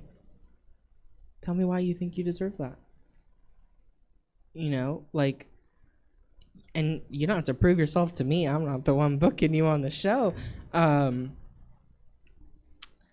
it's like, why do you deserve that spot over somebody else who's really proven themselves? You know, and not to say that there's not room for you. Right. At all, because I said that earlier. You know, there's room for everyone. There is. There really is. But there's room for people that have the drive, passion, and willingness to put in the hours. But with room for everyone, you also have to trust the bookers. You know, Mhm. they're booking a show for a reason. Right. And if they're booking the show a specific way, it's probably for a reason. Mm-hmm. And they know what the audience likes, and they I don't know that it's. I have a friend, and you met her today. She would like to be non-binary friend. Mhm. They would like to be a drag king, and we were all saying like, oh, do a song for everybody, do a song for you. That's a great way to kind of get in what you want to do Mm-hmm. without completely sacrificing. Your artistic integrity. Right, but also making sure the audience, because I think a lot of people who want the spots that are like, I deserve it, but like, do they? I don't know if they understand that the audience needs to like you. Yeah. And if the audience doesn't like you, There's what's your value to the show? right. Because And that's where it gets. You're walking that fine line between like, what do you bring to the table on a professional level, and what do you bring to the table on an artistic level. And that's that on that. okay. I cannot keep you too late. It's I mean, I could talk for hours. oh, I know you could, but and I could too, absolutely, especially with you. It's 13-7, so I want to make sure I get you back to the my showcase. gosh. Okay. Yeah. I was keeping an eye on that because Okay. I have to get back to do the tips, but you're Right. performing, so Yes. I have to get you back, or I'll be in trouble with people. Yes, it's all Um, your fault. I mean, #blame Suzette. Okay, so last time you were here, I asked you some rapid fire questions. Sure. I think I only am going to ask ones that may have changed Mm-hmm. or ones that weren't there last time. Okay. So it'll be quick. Okay. But thank you, before I get into that, thank you so much for immensely kind things you said. And also just being here after a long brunch day before you have a lot of people might want to go home and take a nap. Yeah. So thank you for spending time this afternoon. Yeah, of course. Thank you. No, my pleasure. Do you have a favorite LGBTQ activist? Ooh, I feel on the spot about that. We can come back. Locally, like I guess like anybody in CGNIE, Taryn. Yeah, you Yeah. can you can answer however you want. Yeah, I think there's a lot of really incredible activists in the community. Do Me More. I know she's like incredibly active. Anybody who's just involved in their community, on a local level, I guess that's who I would say. Taryn or Do Me. Yeah, but I mean that's just as important as being famous and being an activist. Mm-hmm. Because if you don't do it locally, then you never get the famous ones. Yeah. Do you have a favorite item on the gay agenda? What is the gay agenda? So most people treat this as a joke question, right? Like, my favorite item on the gay agenda: brunch, or day drinking, or glitter. Oh yeah, the requirement of brunch. Right. Some I people hate glitter. No glitter. So your least favorite item on the gay agenda? Yeah, is glitter. Some people take this really seriously though. Like I'm trying to remember who it was. There was a church, there was a Tower Records in a hometown. Mm-hmm. Fuck, I can't remember who this was. It was recent, and somebody was a homophobic pastor bought the Tower Records because it went out of business. He's trying to convert the gay mecca of the city into a church, and it was like, Mm-hmm. so they I get serious ones, and then I get like I said, day drinking. Yeah. So yours is you're gonna go with a negative. Your least favorite is no glitter. I hate glitter. I concur with brunch. Okay, I think brunch is great. Good item. Yeah. You know what else you hate, and I forgot Huh. until I watched our episode. The WWE style belts. Oh yes. that are Oh yes. corsets. Those are terrible. And They're I not think- corsets. I think They're I called not. it a borset because I combined belt and corset, and Yeah. that's about what it should sound like. Mhm. Yeah, if you're wearing one, we should get to say, "Oh, look at Suzette, she's in a borset." Right. Yeah, but our connection was choppy on the Zoom, so it didn't come through. Borset didn't come through. I had to fit it in today. Yeah. Which do you think the COVID-19 pandemic has affected more, the gay dating scene or the straight dating scene?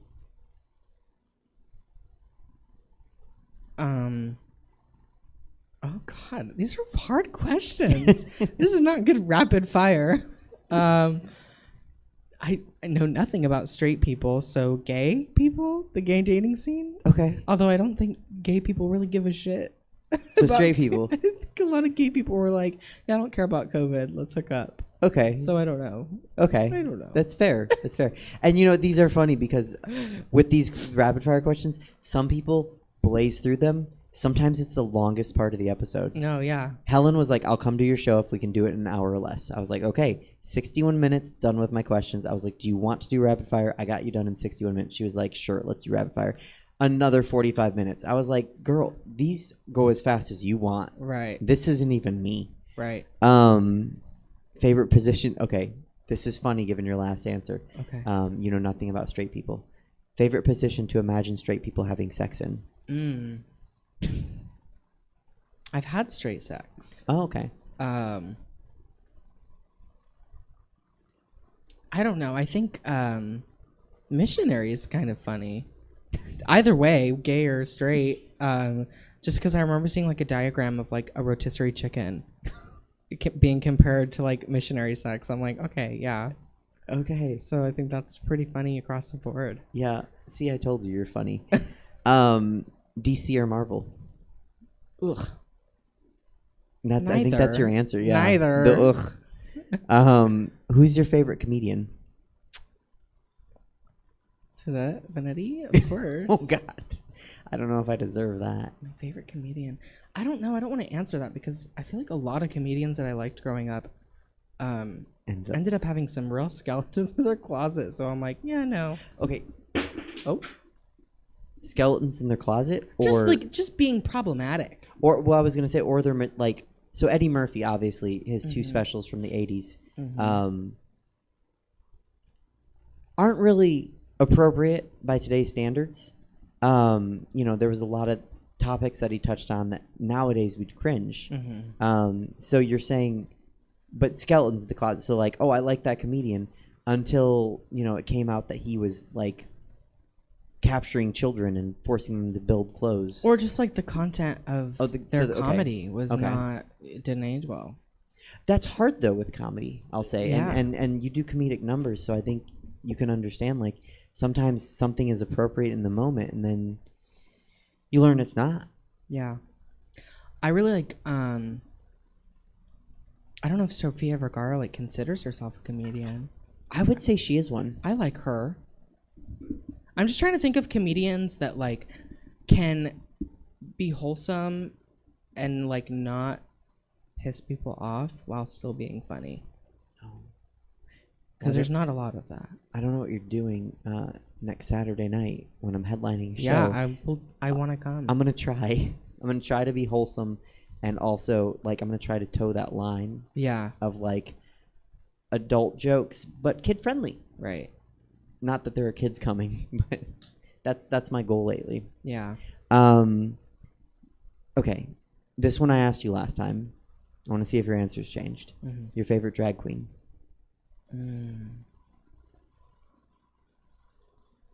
It's so hard because I immediately I want to like think on a local level, but then I don't know. What did I say last time? I know I cheated. This is so hard. I'm like brain dead right now.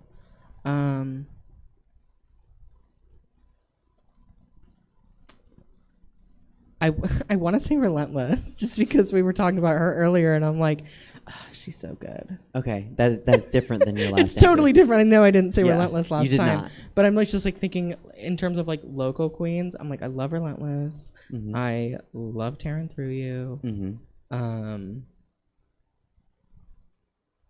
Yeah, I don't know. What did I say before? Sasha Velour or something? You said you. I said me? Oh, that's so cringy. Delete it. I did not say that. You did. Oh, that's so bad. But it came across in a way like if you don't love yourself, you know, that's how it came across. Sounds like I was equally as stumped last time, and that was my self-absorbed generic answer. Look, You're one of my favorites. So if you're one of your favorites too, I got no qualms. I don't know. Like I said before, I'm like my harshest critic. So sometimes I am my favorite, and sometimes I want nothing to do with me. So A year of reflection has changed. your yeah, answer. no, maybe perhaps I'm a little more humble now. Apparently, Okay, all right. Yeah. This one I didn't ask. Do you have a favorite drag king? ooh, Spade Ransom locally is amazing. Just full fantasy. Every time I've seen Spade perform, it's just like jeweled suits and dressed to the nines and like towing that line of like masculinity with like that touch of femininity that is just so, you know, grand and over the top. Land Insider is obviously excellent if we're looking at it on a more on a bigger map. Yeah, I don't know. Locally, Spade Ransom and Land Insider, I think, set a really good precedent for the world of drag kings. And Spade Ransom is in a show next Saturday. Really? Yeah. So if anyone out there is like, let me check out Spade Yeah, Ransom. I don't even know if Spade Ransom knows who I am either, because I've seen Spade Ransom perform like 3 times. And every time I don't even think we got to like meet. But I just remember like him being a standout to me. I've never even seen Spade perform, and I have this high regard for him just from the people that I hold in high regard, having high regard for Spade. Yeah, it's just full fantasy. You know, and we've talked about that, you know, in terms of whether you're a drag king or a drag queen. I try to venture away from either term, honestly. I usually will go with drag artist. Just because for me, my drag has never sat on the gender spectrum. You know, I chose a very androgynous name. I oftentimes present more feminine, but I don't identify as a woman in drag or out of drag.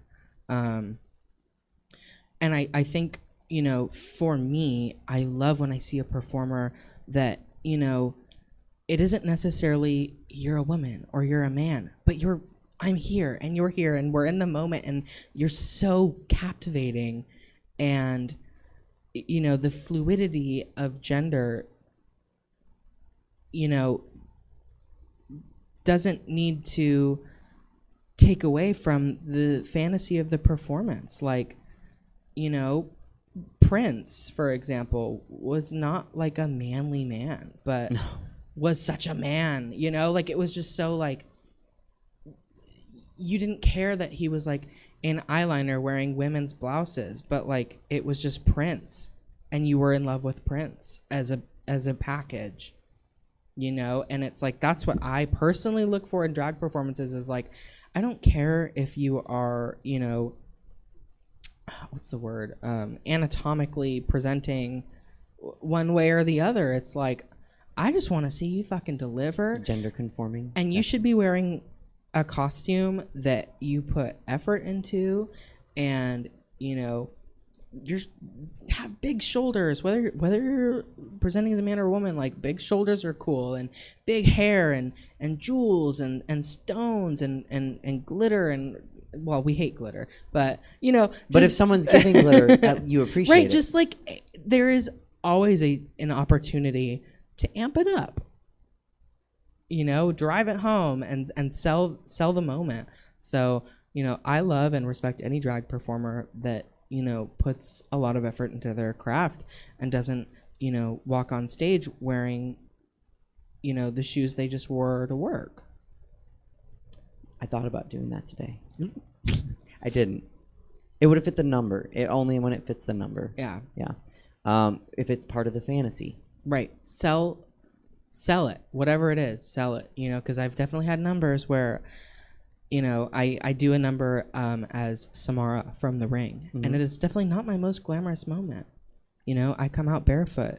I come out in a nasty dress that I will literally drag through the mud outside of the nightclub before I perform the number. You know, and it's like I'm on stage and I live in that character for 3.5 minutes, and I sell that fantasy that I am Samara from The Ring. So whatever the fantasy is, it doesn't need to be this or that. Just be in the moment and devote yourself to whatever you are presenting. And present something.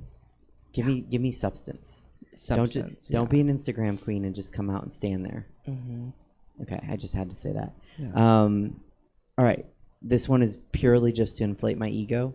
But you already said when I said favorite comic, you said me. But I'm gonna go ahead and ask just because. Do you have a? You might give a funny answer. Do you have a favorite drag princess? Well, there's only one. I think so. You're the current reigning forever and always drag princess. I asked Apple and she was like, "Oh, Chichi Rodriguez," and I was like, "You bitch." Oh, yeah, I guess. Like, yeah. She dug deep for that. Yeah, that was very niche reference there on her part. Well, I mean, within the community. Yeah, and this whole interview, I feel like I've been so like, my pool of reference is so local right now that I'm like, I can't even think of people out in the world right now. I'm like, I don't know. Tearing through you. Is your favorite drag princess? Relentless. Yeah. It's just like everyone that I'm like pulling, I'm like, well, I just worked with this person, or I just saw this person, because they're fresh in my mind. But what a bookend for the interview, right? Because we talked about how the audience, bombarded with Drag Race UK, Drag Race Australia, Drag Race Barcelona, Drag Race Toledo, Drag Race, Poughkeepsie. It's everywhere. Yeah, and I don't know if I said that right, but Poughkeepsie. I don't know. Okay, I'm gonna move on. And now it's like they're appreciating their local performers. Mm-hmm. They're there. They're tangible. They Yeah. can see them win. They can see them lose. So you're just the same. Yeah, We are ourselves lovers of drag and connoisseurs of it and Mhm. consumers of it. Yeah. And I've just been trying so hard to be present in my community, because there is so much to look at in the world now. And it's like, I'm trying to stop and look at the world right in front of my face and appreciate it and respect it and, grow with it. So, yeah. I apologize if many of my answers were disappointing. If you were, who's your favorite drag queen? Not at all. You said Relentless and Taryn. Like, Yeah. if anyone has And that's ever changing. So if I didn't say your name out there, and well, I've asked don't you, take offense. The answer twice changes. now, a year apart, and you've named 3 people who are all great. Yeah. So, okay. And I don't know what to do because we have 9 days left of the pandemic. The last question is always, what do you want to do most? Well, are they is the 15th like the end of the pandemic? Oh, it's like go back to normal day. I don't know if it's the end of the pandemic. Oh, God, that is so weird to think about. Last time you were on the show, I said I can't wait till we're in person so I can buy you a Crown and Coke. I don't know if you want one Ooh, tonight yes, still. yes. Okay, yeah. When we get back to the club. Absolutely. I got you. It's always, what are you looking most forward to? It's over-ish. Like, it's almost done. So I'm just going to not ask that. Right, Yeah, hopefully. I mean, right. everyone Knock just on. keep being good. Like, keep your vaccines in you. Don't be stupid. Don't go to Florida and do Florida-y things. Yeah. Well, okay. So that's all I got. Where can people find you? I am on everything at Yaya the Artist. Venmo, Instagram, Twitter. Oh, Instagram and Venmo's below you right now. Wait, Yeah. you know what, Yeah. what it is. Um, Yeah, Yaya the Artist across the board. Nice and clean. And I asked you last year where's the best place for people to consume your music? You said Apple. iTunes. iTunes? I like Apple Music and iTunes. Do you get paid from? Let's say someone doesn't like Apple. Let's say they're a Disney princess and they're allergic to apples, like Snow White. Where's a better place for them to? Spotify? But that doesn't get you money. None of it does. Is there another place to get you money through your music? If you purchase it, like via Amazon or iTunes. Okay. Unfortunately, at a local level, when you're a musician that relies on streaming, unless you're at like millions and billions of streams and can monetize your, pages and stuff, you're not really making any money. No one's making money off streaming. Right. So people can support you by buying merch, Yeah, Threadless, Yaya the artist. buying .threadless.com, I think. buying your album and not just streaming it. And then you're back to performing. I'm back. Welcome back. Thank you. You'll be in the showcase tonight at 8 p.m. We're gonna get there soon. And then any other plans for shows? I will be back at Sidetracks on the 25th of this month. I believe I'm performing in Modesto in July, but On the 25th, a Friday. maybe it's a 27th. is the 25th a Friday? It is. Oh, then I don't know what it is. The 25th. But I don't know what it is, but I'll be there. Oh, will you post about it on your social media? Of course. Okay, cool. Yeah. Then people can figure that out. Once I know what day it is. All right. Yeah. Neat. Cool. Sorry, I didn't mean to glitch us there. I thought it was a Sunday, but I guess maybe not. Okay, No. Friday. All Yeah. right. Well, see me at Friday and the then 25th somewhere. as soon as I get another date at Punchline for my Queens and Comedy show, I would love to do that. I need you there. Let's do it. Okay. Let's go get some Crowns and Cokes. Thank you, Yaya, for being here. You're amazing, and I'm glad to have you back in Stab, where we have hung out so much. It all started here. Yeah. Yeah. Okay. That's the show. Thank you, everyone, for tuning in and watching. We had a great show. Clifton was here. No Shapiro tonight. We don't have time for him. Crowns and Cokes are waiting. Yaya was here. Love you. Thank you for being here.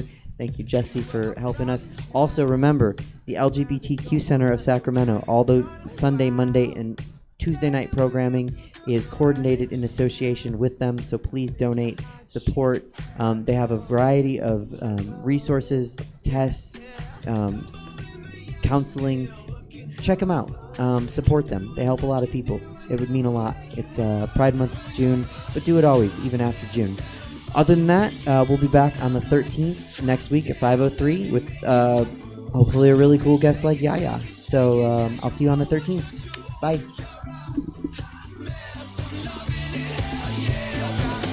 Hypnotized. The city's your playground. I watch you take a bite.